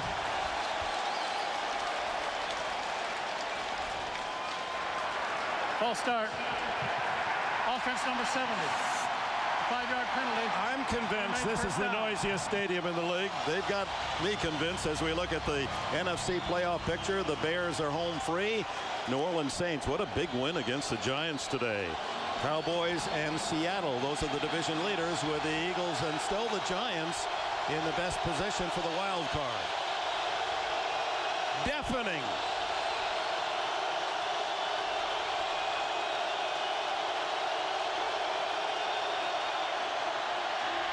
And the throw behind Tomlinson as Rivers hit as he threw, and they're really pressuring the young quarterback of the Chargers.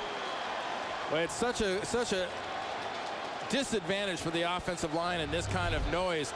They get off the ball so late, and the defensive line is able to just charge up the field.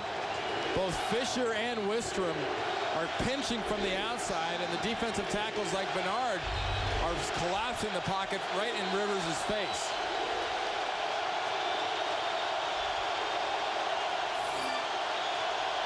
It's so loud it hurts. Good protection this time, and a bad pass to Neal. And Rivers has just not been accurate at all the entire game. Well, it's a different offense, Dick. These last two series, you know, they came out running the reverse and the cute little, here's our formation, LT's over here, and they've lost the momentum. I mean, they had, after that one drive that got them the field goal, Marty Schottenheimer and his football team really had the physical and literal momentum in this game, and they've lost it. The play calling has gone to Cam Cameron after the loss in Baltimore earlier this season. Rivers trying to get the attention in a spread formation for the first time. Throws deep down the middle for Gates. He's open. And Gates is down to the 45 of the Seahawks as Michael Boulware makes the tackle.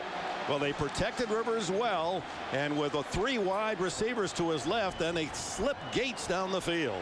Well, it's perfect when you get the right matchup, and there's the matchup they wanted right there with Gates beating Lofa Tatupu right over the top. Boulware has made the tackle, but that was a matchup of tight end on middle linebacker, and it was a mismatch. The give is to Tomlinson, and Tomlinson a yard or two in the center of that Seahawk defense as the clock ticks down to the 5-minute mark here in the third quarter. Ball spotted at the 42. You know, Dick, if you're San Diego, you know that Cam Cameron has to know that this defense has the ability.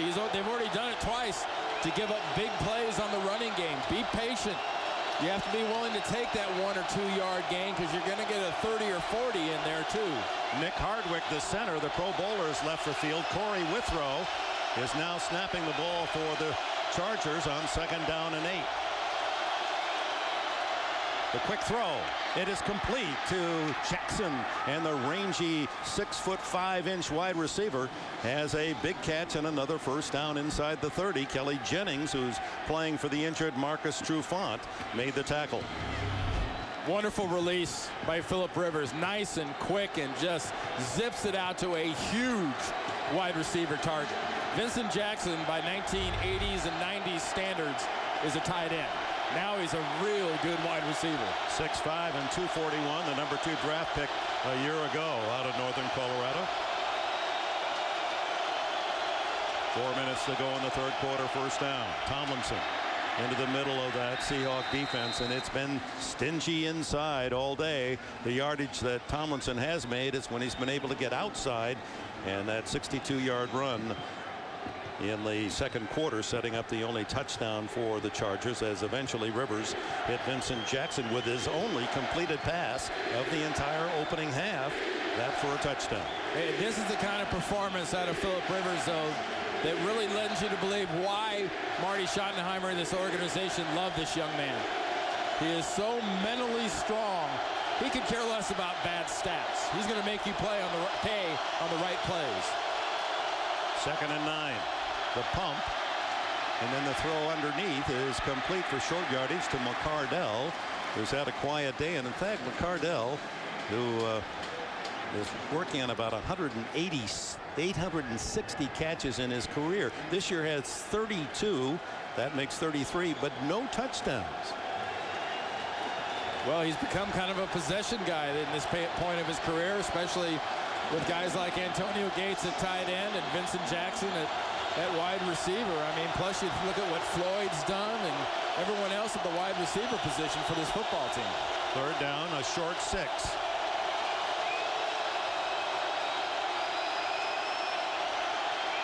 The quick throw incomplete to Jackson, and Kelly Herndon appeared to get a hand on it, or that could have been a score. That was a perfectly timed swipe. I don't know if he got much of that ball, but just the arm in front of the ball right here as he tries to bat it down, and he does catch it right on the laces. Herndon denied a touchdown. You can see Jackson's face and Rivers. They thought they had 6. Here's Kading to try a 40-yard field goal. Again, this is into the prevailing wind. He kicked it from this end 46 yards earlier in the quarter. It is good. 40 yards for Kading and a 13-7 San Diego lead. Big play on that was the catch over the middle by Antonio Gates on 3rd down. So a 6-point advantage San Diego in the Seattle rain. Let's go back to the Clear Studios in New York. Hey, Dick and Randy, trailing Cincinnati by 3. Broncos put together a 14-play, 99-yard drive, capped by that 2-yard Mike Bell run to retake the lead. 21-17 over Cincy late in the 3rd. Dick and Randy.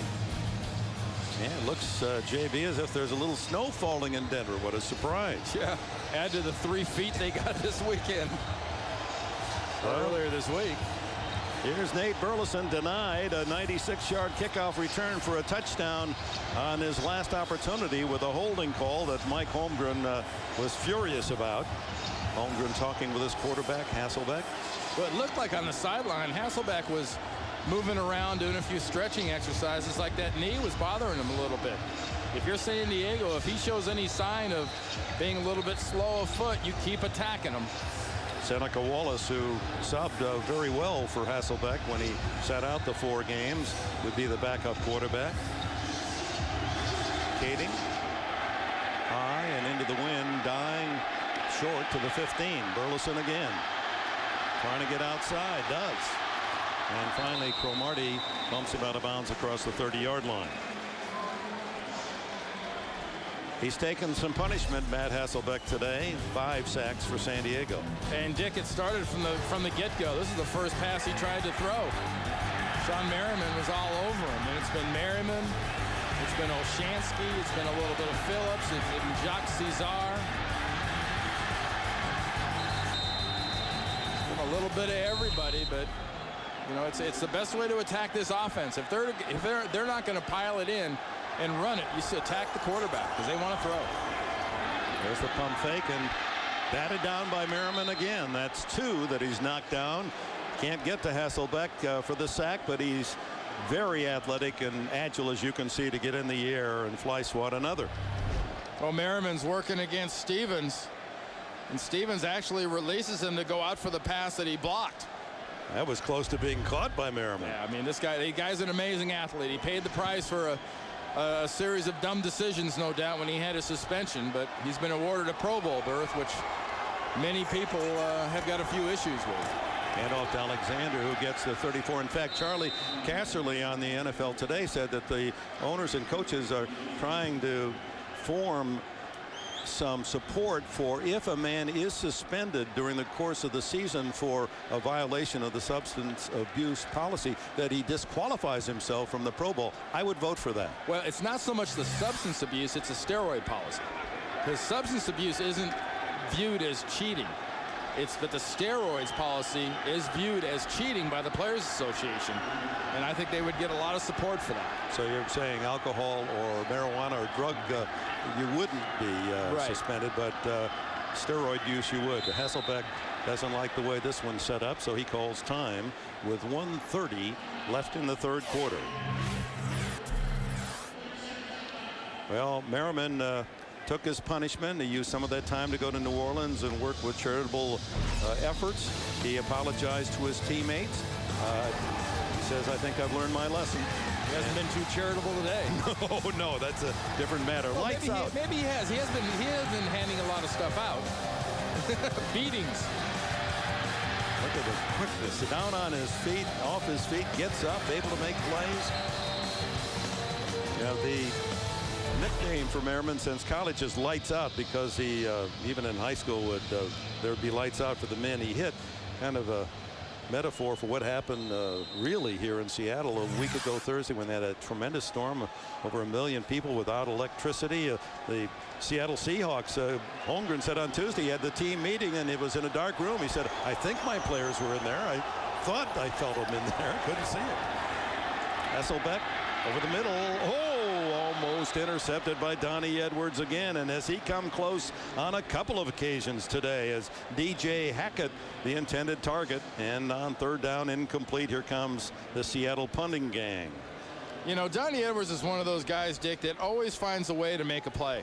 He's always in the right position, and I know there's been some issues, you know, about, you know, money and will he stay, will he go. They gave his backup Wilhelm, the linebacker, an extended contract, but man, this guy can play. You could see how he baited the throw. He was hoping that the ball would come to where he is. Here's Cardell surrounded as he crosses the 20-yard line.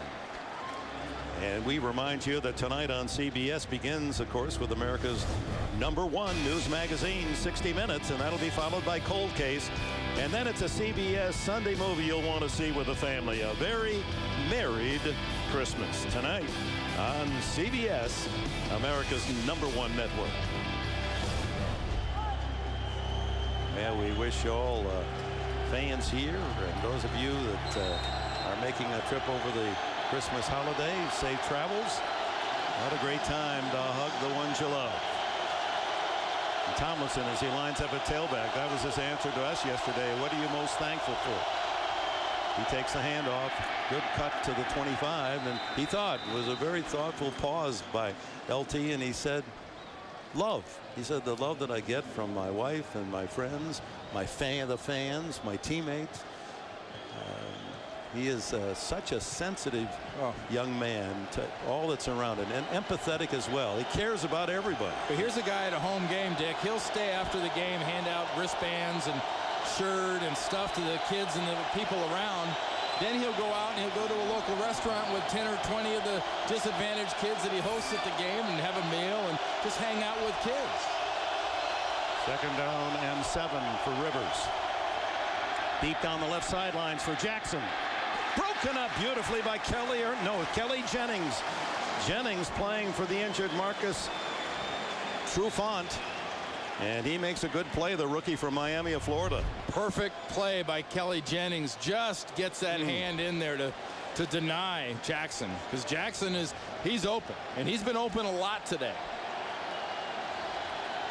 Chargers without Eric Parker, one of their top wide receivers, with a neck injury. Malcolm Floyd on the injured reserve list a couple of weeks ago. So Jackson picking up the load.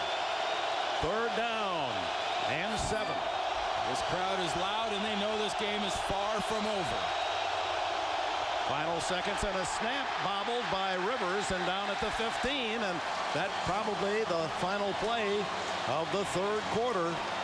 And again, Rivers and the Chargers with a staggering possession. Took his eye off the snap. It was right in the perfect spot. Just when you're looking at the coverage, it's just another example. You know, you talk about how easy this game is made to look at times by young players. Wonder why they're hurrying here. They want the quarter to end so they get the wind advantage in the start of the 4th. That's exactly what's going to happen. There's the final seconds. End of the 3rd. 13-7. San Diego leads Seattle. And we'll be right back. Monday, a CSI Miami agent freezes. Shoot! Heard you pulled the Statue of Liberty. I didn't. With Randy Cross, Dick Enberg, welcome back to Seattle, where the San Diego Chargers own a 13-7 lead, about to give up the ball with Mike Cyphers to kick around the 5-yard line. Nate Burleson at the 40. Cyphers should benefit from a trailing wind on this punt. And it's partially blocked, I believe, and it goes down the right sideline and bounds out of bounds just outside the Charger 45-yard line, right at the 45. It might have been partially blocked, but it was mostly bad. And Cyphers just seems to have sort of lost his touch. If you have a touch with your foot, he doesn't have it right now. That ball was just sort of shanked. It wasn't blocked. Looked like a bad drop where he didn't hit it cleanly at all. Cyphers, who was booming huge kicks, averaging about 45 a punt, lots of height, tough to return, and most all of his kicks have been returnable today and short. So 1st down, Seattle trailing by 6. Great field position at the San Diego 45. Sean Alexander has to be buoyed by that 33-yard touchdown rumble that got the Seahawks on the board in the 3rd. And here is Alexander, caught at the line of scrimmage, no gain. And good stuffing by Stephen Cooper and Donnie Edwards, the linebackers. Alexander very much in admiration of LT. There's Marty Schottenheimer. He said his 5-year-old granddaughter in Charlotte, North Carolina. He talked to him yesterday and said, "Don't forget, Papa, Santa Claus comes tomorrow night. I wanted to tell you because you get a little distracted about this time of the year." Hasselbeck incomplete, and that's another for Branch. He was in a crowd, but again had both hands on the ball. This is very unlike Deion Branch to be dropping these passes, and there are excuses. The ball might have been tipped, the ball might have been in the way. I just think that one there just looks like at the very last second you've got a slight deflection by Sean Phillips, and that just distracts him enough so he can't catch it. So 3rd down and 10. Hasselbeck's 7 for 9 to start, and he's been 7 for 21 since. Here comes a corner blitz, and it's picked up nicely. The throw complete to Ingram. And Ingram, the sure-handed veteran, has a 1st down at the San Diego 25. Well, we talked earlier, Dick, about the fact that the 49ers were trailing Arizona, and there's a chance that Seattle could kind of back into a division win this year and get their spot in the playoffs. But between Ingram and Hasselbeck, I don't think they want to back into it. I think they want to take it. That deep middle's been open all day for Seattle. When they've held it. Yeah. Ingram has taken advantage. Here comes Alexander trying to make the corner. Oh, is he hit on a good shoulder tackle by Quentin Jammer, the left corner, assisting Sean Phillips. But it was Jammer coming up late to finish the job on a solid tackle.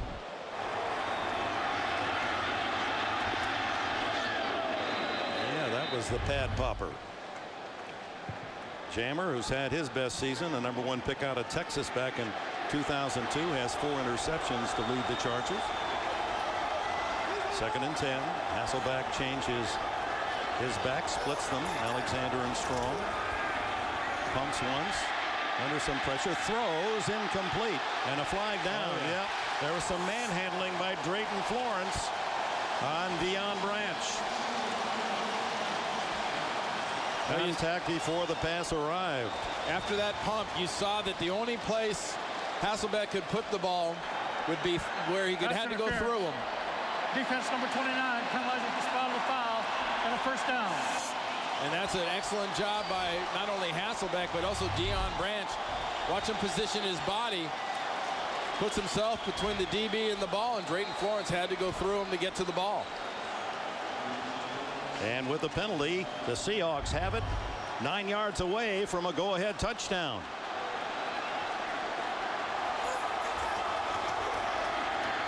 Alexander, 5. Touchdown. A flag is down in the end zone.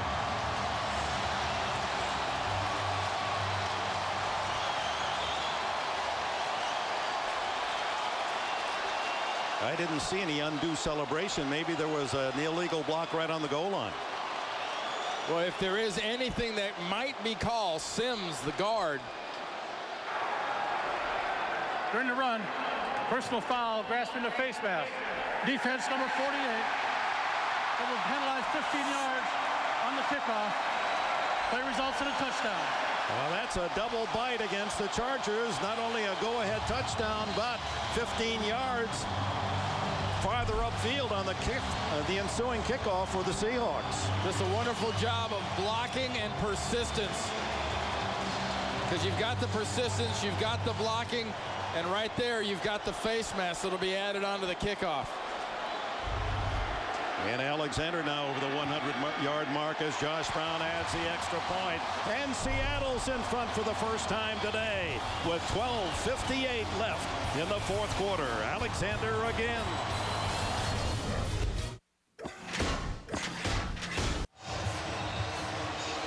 So a combination of things, and boy, the emotion has really swung dramatically to the Seahawks side. A short punt, a short field, 45 yards. 5 plays later, Alexander breaking tackles, charges into the end zone, and Seattle leads 14-13 with just under 13 minutes to go. Still raining in Seattle.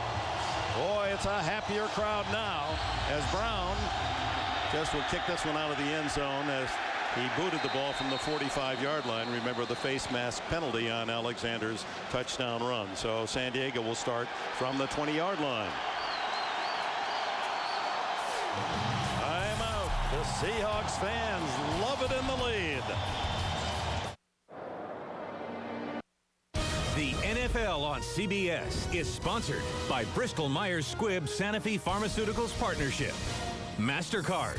There are some things money can't buy. For everything else, there's MasterCard. And by Dodge. You can take life as it comes, or you can grab life by the horns. Dodge. In this run of 8 consecutive wins for Marty Schottenheimer's team, they have scored more points in the final quarter than anyone in the NFL. Remember those incredible wins coming from behind against Cincinnati and Denver on the road. They're down by 1. Rivers dumps it off to Neal. And Lorenzo, the former wrestling star, went to Fresno State, takes it to the 27, a gain of 7. And for those of you expecting to see 60 minutes, you're watching the NFL on CBS. It's the Chargers and Seahawks in Seattle. I'm Dick Henberg along with Randy Cross, and our score has just changed. Seattle going in front 14-13. 60 minutes will be seen in its entirety immediately after the game, except on the West Coast, where it will be seen at its regularly scheduled time. And this, arguably the noisiest crowd in the NFL. They've created several false starts today, and now with a lead, they're louder than ever. LaDainian Tomlinson, and he's smothered after a yard gain. It'll be 3rd down and 3. But first to James Brown in New York. Hey, Dick and Randy, Cardinals looking to make it 4 straight over the Niners, but San Fran's running back Frank Gore, an outstanding season, his 2nd touchdown of the day, drawing them 26-20 to Arizona, that late in the 4th. Dick and Randy. All right, thank you, Frank Gore, who ripped up the Seattle defense in a big upset in the Seahawks last game, 24-14 on this field. A rare loss by Seattle at home. 3rd down and 2. Rivers, the quick throw is incomplete. As Vincent Jackson, good timing on the defense by Kelly Herndon. And Herndon made contact and forced the ball free. That was a good throw, a good attempted catch, but a better defensive play. He put the ball in the perfect spot. Kelly Herndon just got his arm in there to take it away from Jackson. Yeah, this Seahawks defense has been outstanding today against the pass, as Phillip Rivers now has completed only a handful, 6 for 22. The punt, fair catch. Burleson in a crowd, and was it touched by a Seahawk? It cannot be advanced on a muff punt. Let's see if a Seattle player touched it. If he did, then it's San Diego's ball. The ball might have taken an awkward bounce and hit a Seattle player's leg. Of course, the Chargers are campaigning for that call. Or did it hit a San Diego player first, and then it'd be a dead ball? I think either way, the coach will throw the flag. Yeah, it'll be reviewed. Touch the receiver. Was recovered by the kicking team. Holmgren will wind up and fire. Well, you've got to see what Burleson was looking at. He's looking at a ball that's quickly dying. Makes a smart decision to get out of the way.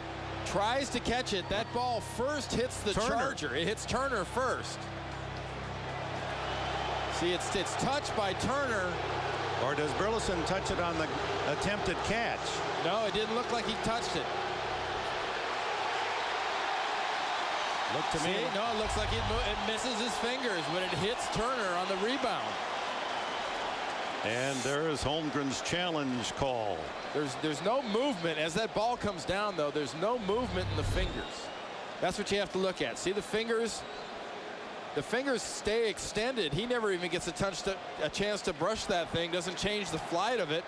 Seattle's challenge a ruling on the field, but the ball touched the receivers first. Now, there may be another issue to this, and we'll get to that after this challenge review. Cholesterol. It can come from fettuccine Alfredo, but also from your grandpa Alfredo, from barbecue ribs, and from your grandma Barbie. A healthy diet is important. When that's not enough, adding Vytorin can help. Cholesterol comes from 2 sources, food and family. Vytorin treats 2 sources. Only Vytorin helps block the absorption of cholesterol from food and reduces the cholesterol your body makes naturally based on family history. Vytorin was also proven in clinical studies to lower bad cholesterol more than Lipitor alone. Vytorin is not for everyone, including people with liver problems, women who are nursing, pregnant, or may become pregnant. Unexplained muscle pain or weakness could be a sign of a rare but serious side effect. Vytorin may interact with other medicines or certain foods, increasing your risk of getting this serious side effect. Simple blood tests are needed to check for liver problems. So eat right, stay active. But if that's not enough, ask your doctor about adding Vytorin. 2 sources of cholesterol. Treat them both with Vytorin.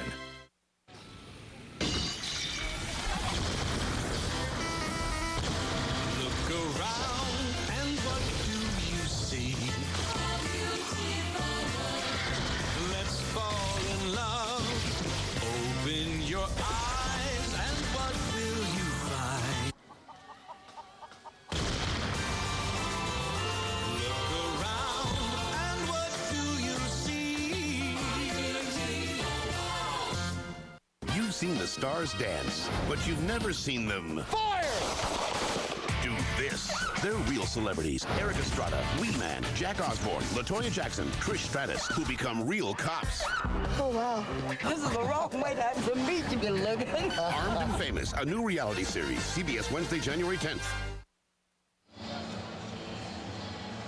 Okay, now watch the ball come down. Watch the flight of the ball and watch the fingers of Burleson. The flight of the ball never is altered. The fingers never really move.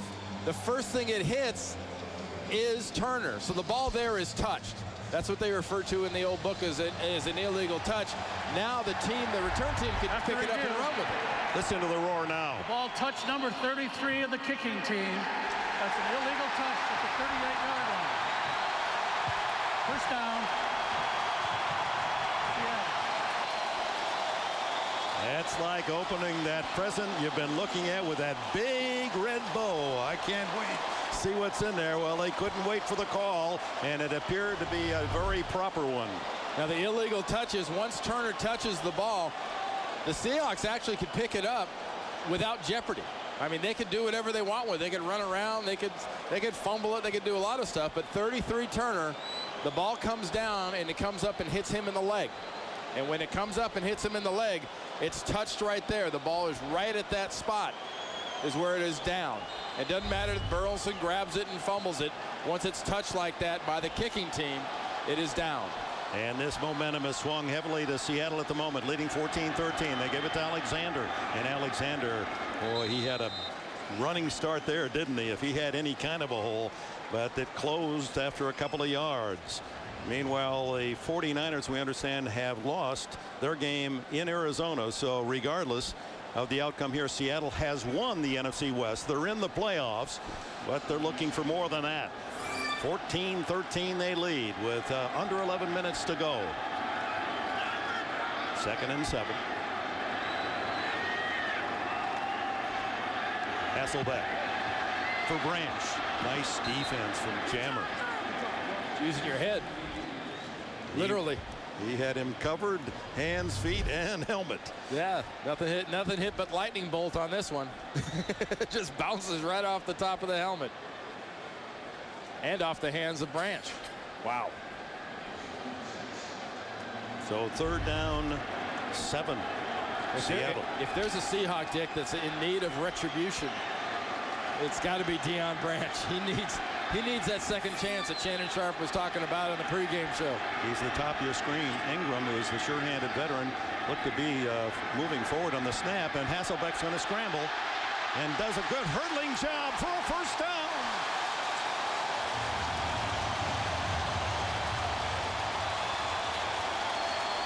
Hurdled over Sean Phillips, and finally Florence downs him, but not until Hasselbeck on his first scramble of the day has a big first down on 3rd down. This is about playing quarterback in this league and having amnesia. Because if you're going to play in this league, you can't worry about the interceptions. You can't worry about the drops. You got to worry about that play. And you can't worry about the knee injury you have heavily braced. You want to win the game, and it's a first down. 48 of San Diego. Alexander behind him. It's Alexander, and he struggles for a yard in the grasp of big Jamal Williams, the defensive nose tackle of San Diego. He's become a star on defense, this 9-year veteran from Oklahoma State. Dick, I want to go back to that one series that San Diego had the ball earlier, and it just seems the momentum of this game has completely changed since those 3 plays. The attempted reverse and the backfield formation change, the sack, the whole thing, it just completely changed the momentum. The crowd got back in it, and Seattle began to believe that they could win. Yeah, San Diego had just taken a 10-0 lead and then gotten the ball back.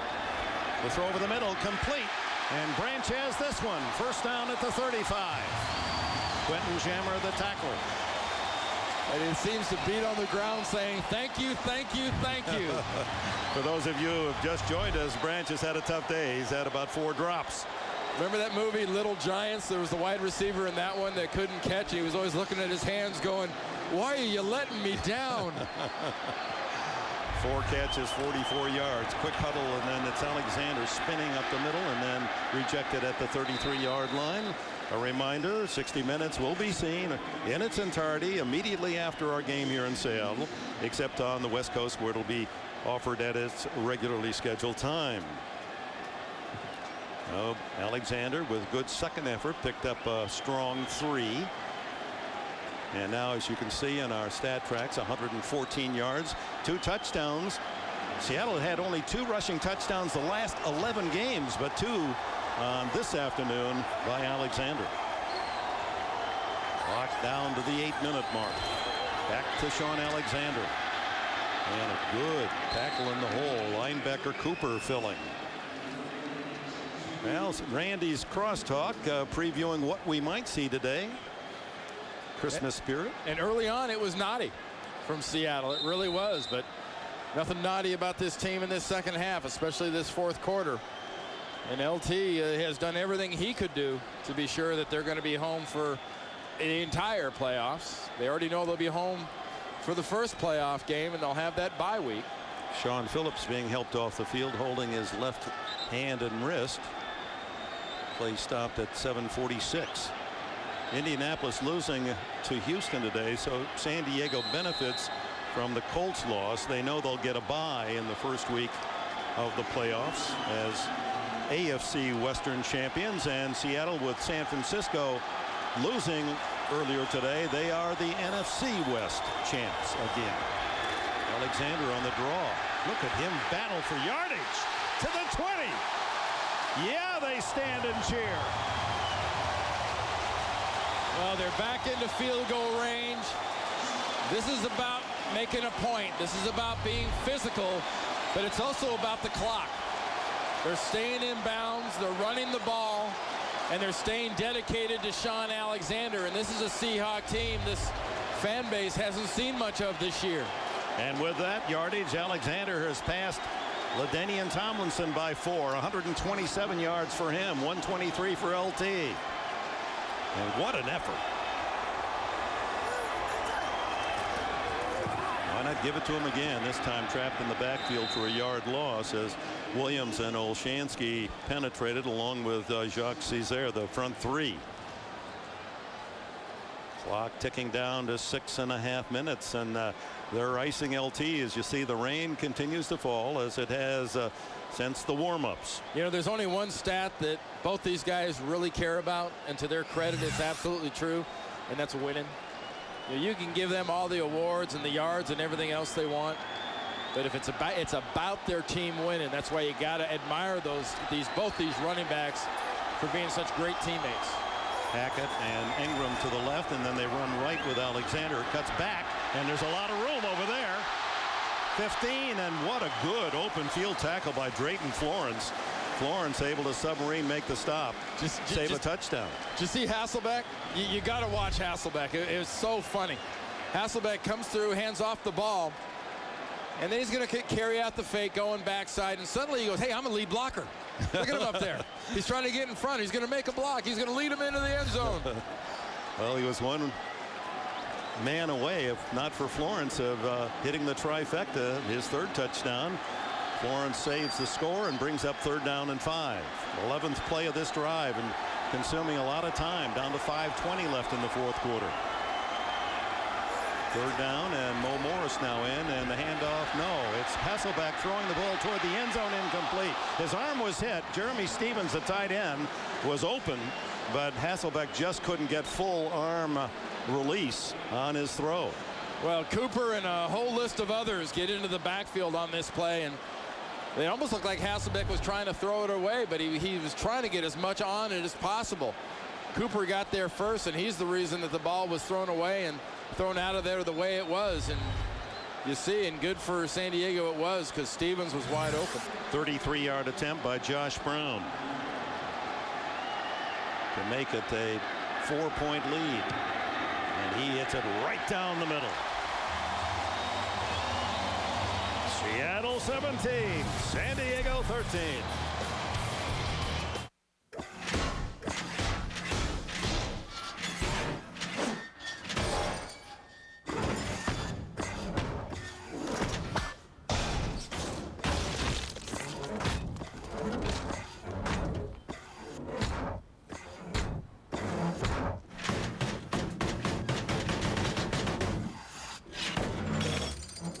Dodge Ram, the longest lasting, most durable line of full-size pickups. If there were a store in your town called Peace of Mind, would you pay it a visit? Across America, in towns big and small, there is such a place, New York Life. It starts with our values of financial strength, integrity, and humanity, and continues with our agents. So look for us in your town. You may already know our people, and we are confident that peace of mind is why New York Life is the company you keep.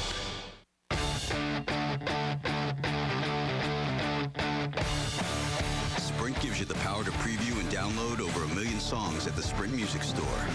So you can listen.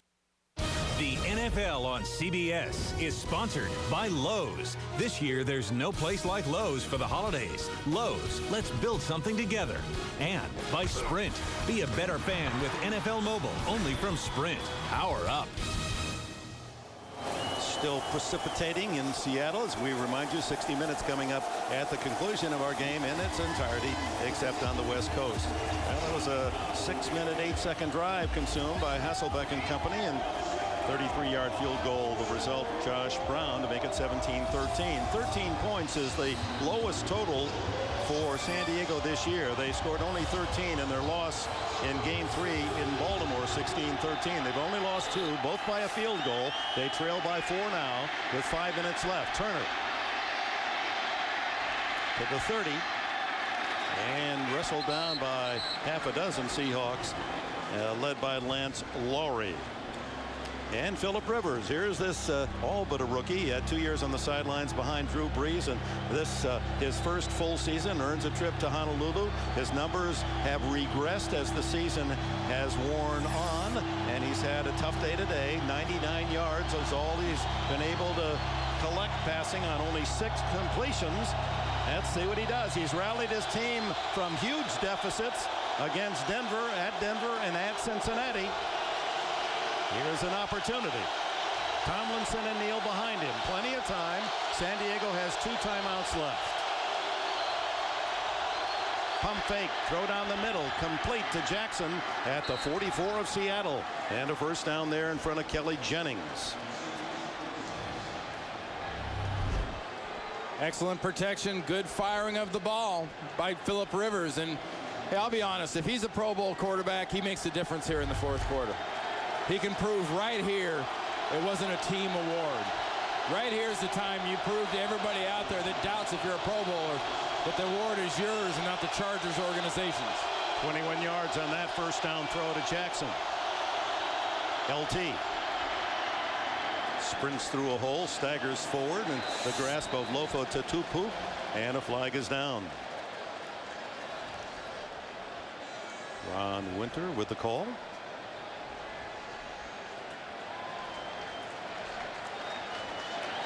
That's always holding where they put that flag.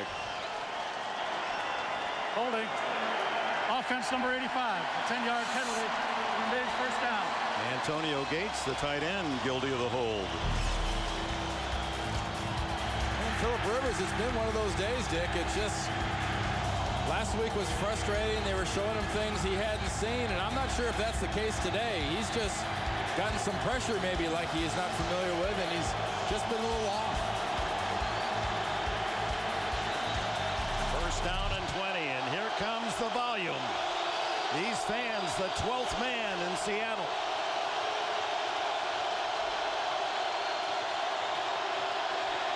Steps up and throwing long for Jackson again, and the big man almost gets it on the second chance. Kelly Jennings there. It was really a battle of the 6'5" Jackson against the 5'11" Jennings, and he had a second chance. Last week against Kansas City, that 55-yarder was really the play that separated them and the Chiefs. It was the same combination, and coming off the rebound, Jackson had every chance. I really believe the ball bouncing off his face kind of naturally makes you flinch and take your eyes off of what you're doing, and losing track of the ball costs him that deflection. Few hearts stopped in Seattle and down in Southern California on that play. Rivers has to spend a valuable timeout. With 4:09 left, and using 2 of the 3 timeouts, it becomes all the more imperative for San Diego to do something in this possession, and they're in a 2nd and 20 hole. Well, Dick, especially given what the Seattle offense has suddenly done now in this second half. You know, because they've proven they can go away with the clock. They can go away with the ball. And this is when you're playmakers. I sort of mentioned that Rivers has to show it here. Well, his best weapon is LaDainian Tomlinson. And these are the moments that LaDainian Tomlinson usually shines the brightest. And LT with 8 consecutive multi-touchdown games, but kept out of the end zone today. Did get in once on a 48-yard run that was called back on the penalty. No coincidence, his last touchdown-less game was their last loss.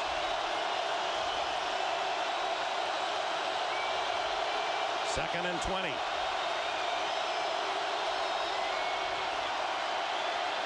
Rivers to the sideline. Incomplete. Jackson off his hands. That would have been good for about 12, 13 yards if he caught it. Third and 20. And the clock down to 4:04 remaining. Kelly Jennings playing for the injured Marcus Trufant, who left on a cart earlier in the game. This to me is always a very interesting situation defensively. What do? Do you risk going after the quarterback? That's what's got you to where you are defensively. You've put pressure on Phillip Rivers. Or do you play soft, play zone, and just keep him in front of the sticks? Hassan Osgood is the wide out to the left. Jackson to the right. They go with a four-man rush. And they throw underneath, and Tomlinson drops it. So 4th down and 20. The punting team out with 3:58. Well, Dick, it was lack of support for Matt Hasselbeck, and his receivers were dropping the ball. And now it's just been a case where if they're taking away Antonio Gates, somebody has to step forward receiving-wise, and they've had drops. Well, Gates had cleared it out for Tomlinson. Had he caught it, he already had 10 of the yards with open field in front of him, but perhaps a little too eager to get upfield with a run. Here's Cyphers. He booms one. Burleson calls for the fair catch at the 5-yard line, and after his own second thought, probably wishes he'd let that one go. You know, Dick, it bears mentioning here with the way this game's going. The team I told you to watch out for earlier, Baltimore, has got to be back enjoying a crab cake, enjoying this one, because they know that they have an opportunity to maybe get to the point where they can host undisturbed. If they tie at the end of the regular season, then the Ravens have the advantage, having won head-to-head, beating San Diego in that 3rd game of the season by a field goal. And they play at home against Buffalo. Buffalo, hate to say anyone's eliminated, but I believe they were eliminated with their loss today. And San Diego will be home against improving Arizona. Alexander on 1st down, and he plows his way forward, almost 5, does get 5 yards. Jamal Williams loses his helmet, but doesn't lose his man. Well, you've got only one timeout if you're San Diego. If you had more at your disposal, you'd love to be able to put a little crimp in the clock here, but I believe you're in a situation where you need to go all the way down to the 2 minutes before you use the timeout here and just hope your defense can stop them.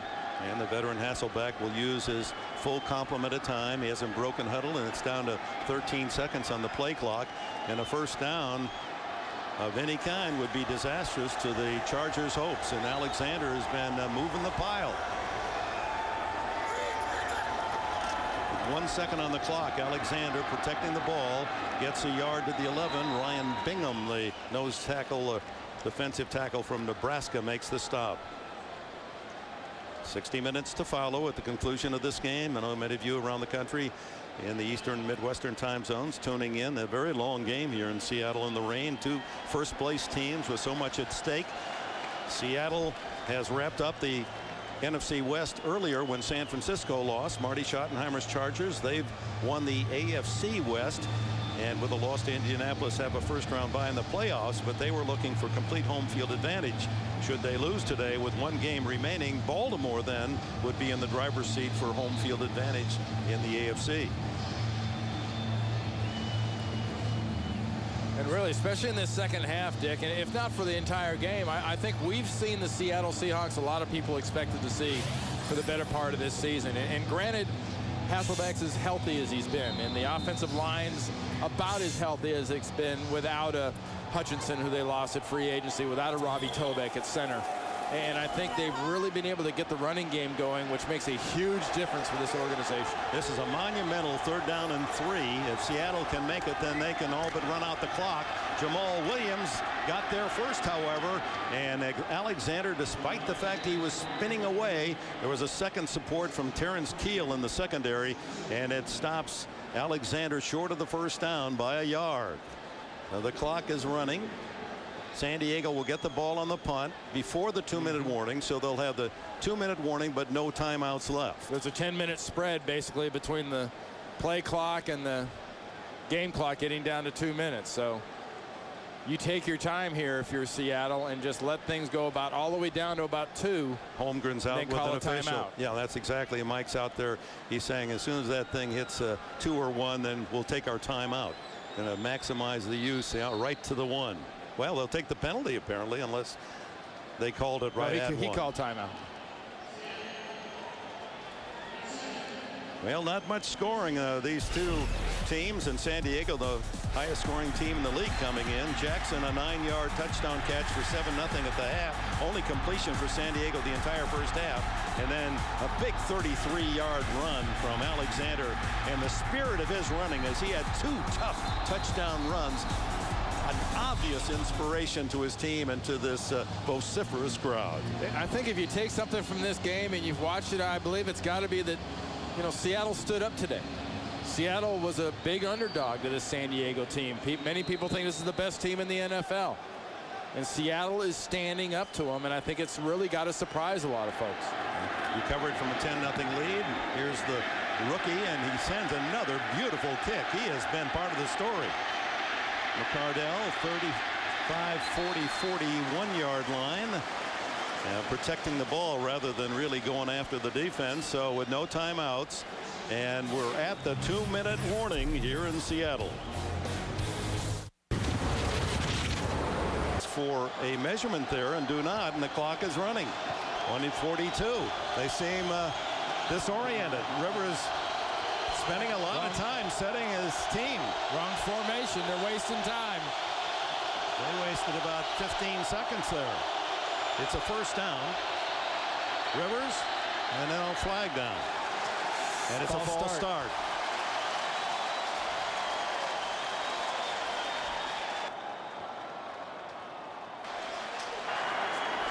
False start. Offense number 87. 5-yard penalty. Remains first down. Well, there he's got a first down. He could have downed the ball and got his team set, but Rivers, and perhaps this is just the field inexperience, let a lot of clock go, and then they get hit with the false start. And then the crowd comes back. It's been the constant. It has been a factor. There's no question. Over the middle. Jackson complete at the 40. It's not a first down. Let's see how quickly the Chargers get up and set that line. It'll be second down and about 1. Remember, it's a 4-point game. Moving inside of 110. San Diego has to have a touchdown. Rivers without a huddle trying to get the play. And sneaks it straight ahead for the first down. Now he can down the ball quickly here as the clock is under 1. 55-54. Rivers seems unsure, doesn't he?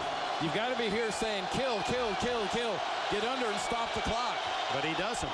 Time's more important than anything else here. Yeah, twice they could have downed the ball and did not. Rivers. And that ball is caught but out of bounds. Jackson could not get both feet down. Clock stopped, 36 seconds. Okay, now if you wasted, let's say, 10 seconds. 10 seconds before, 10 seconds there, instead of being 36 seconds on the clock, you're looking at 56 seconds if you have proper time management. This is a life lesson for Marty Schottenheimer's young quarterback. If he pulls it off, he's a star, but he's wasting a lot of time. There's been 2 or 3 extra plays in that 20 seconds that he's not taken full advantage of. Second and 10.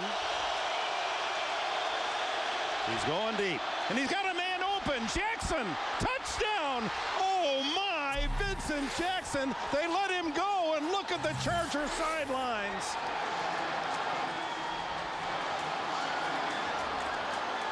"37 yards, and Vincent Jackson, who had the touchdown to open the scoring late in the first half, and somehow they let him slip wide open. He was 5 yards open.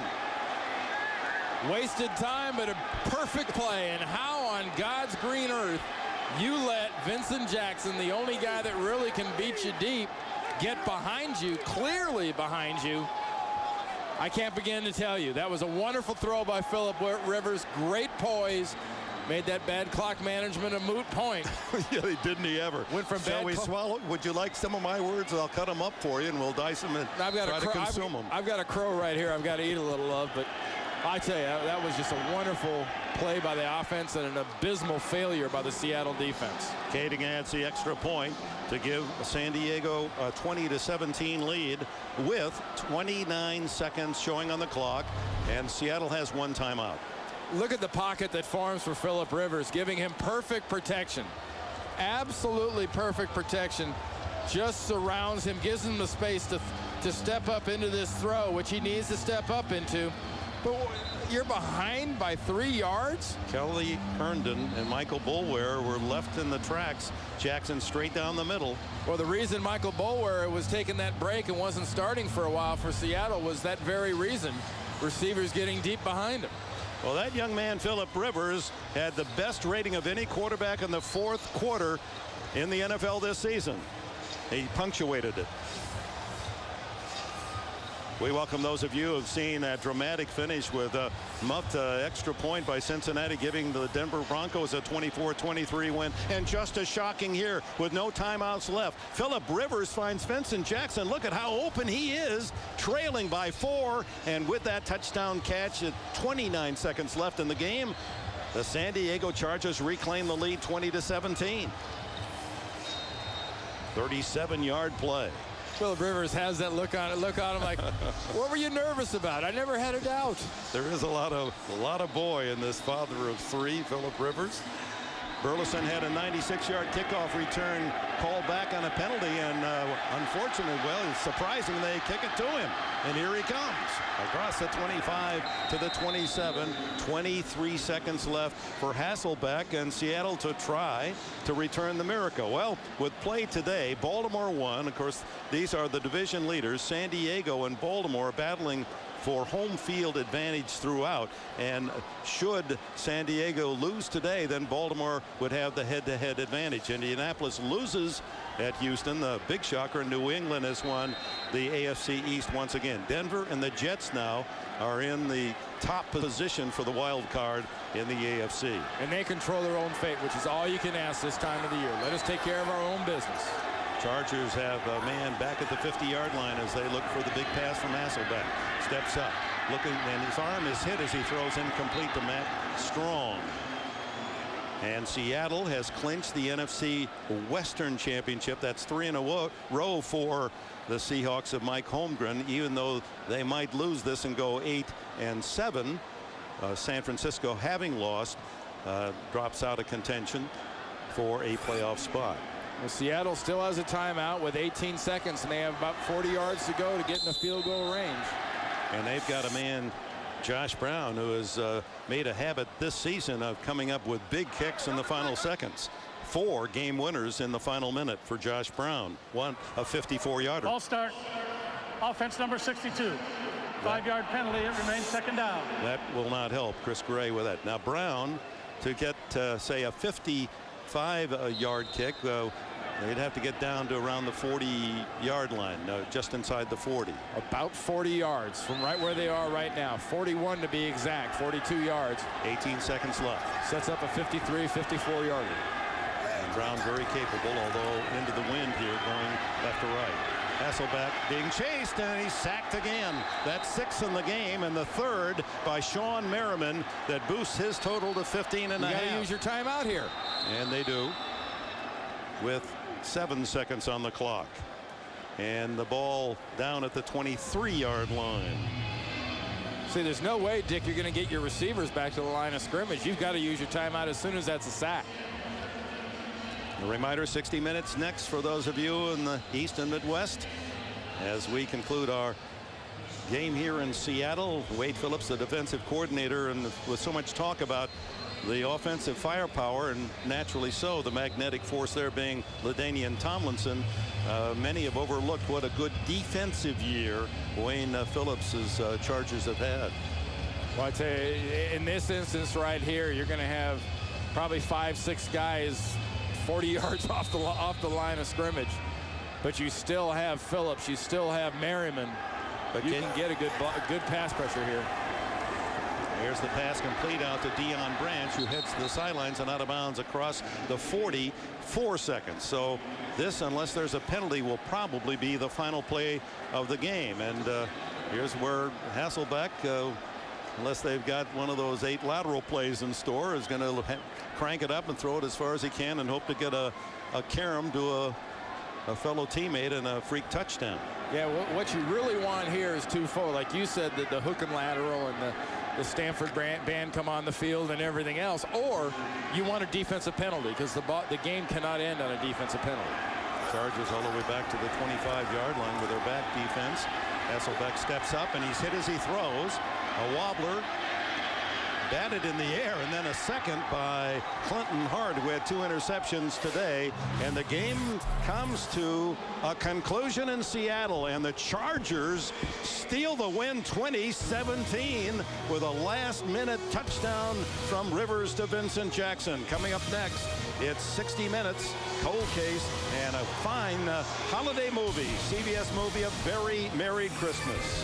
The San Diego Chargers win it 20-17. For Randy Cross, Dick Enberg, so long from the great Northwest. You've been watching the NFL on CBS, home of Super Bowl 41. Denise Basic is a real Geico customer, not a paid celebrity. So to help tell her...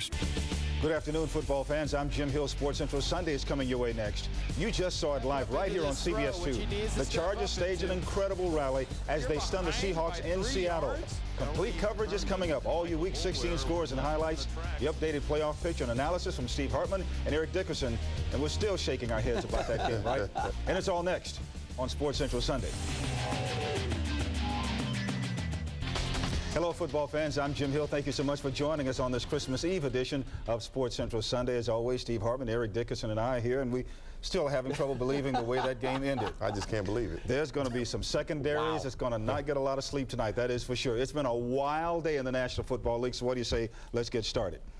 Well, we all knew going into the game today, the Chargers controlled their own destiny. If they win their final 2 games, beginning today in Seattle, they would have home field advantage throughout the playoffs. The Seahawks also have a lot to play for. A win would sew up the NFC's Western Division championship for them. It was supposed to be a showdown between LaDainian Tomlinson and Sean Alexander, but it's the defenses that dominate early. On the first play from scrimmage, Sean Merriman sacks Matt Hasselbeck, and then Merriman does his famous dance. Now, the Seahawks did a good job of bottling up LT for much of the first half, but it just takes one run, and he can cause plenty of damage, like on this 62-yarder. This goes deep into Seattle territory. Out of gas. And has to come out of the game, that's for sure. Then later on the same drive, Phillip Rivers has all the time in the world. He finally locates Vincent Jackson for the 9-yard touchdown. It was Rivers' only completion in the first half, so that's worth a bow, right? That gave the Chargers a 7-0 lead at halftime. Now let's go to the third quarter. LT appears to find the end zone. He takes the pitch and breaks into the clear for an apparent 48-yard touchdown. But it's called back for a personal foul. The Chargers end up getting 3 points instead of 7. And that 4-point swing really proved to be costly because later in the quarter, Alexander, the great, breaks loose. Alexander to the 15, the 10, the 5, touchdown! Alexander's 33-yard score cuts the Charger lead to 10-7. Then after a Charger field goal, Alexander strikes again. His 9-yard touchdown early in the fourth quarter gives the Seahawks their first lead of the game at 14-13. Now, after a Seahawks field goal, the Chargers still have a chance to win it, and that's when they come up with the play of the day. Somehow, Jackson gets behind the Seahawks secondary, hauls in a 37-yard touchdown pass from Rivers with 29 seconds to play, and amazingly, the Chargers rally, as you just saw it, 20-17. What a finish, right? Phillip Rivers has a second straight poor game, but he stepped up in the clutch and finished with 2 touchdown passes. LT is held out of the end zone, but he still rushed for 123 yards on 22 carries. Now let's go to Pittsburgh because it was a long day for Steeler quarterback Ben Roethlisberger. First play from scrimmage.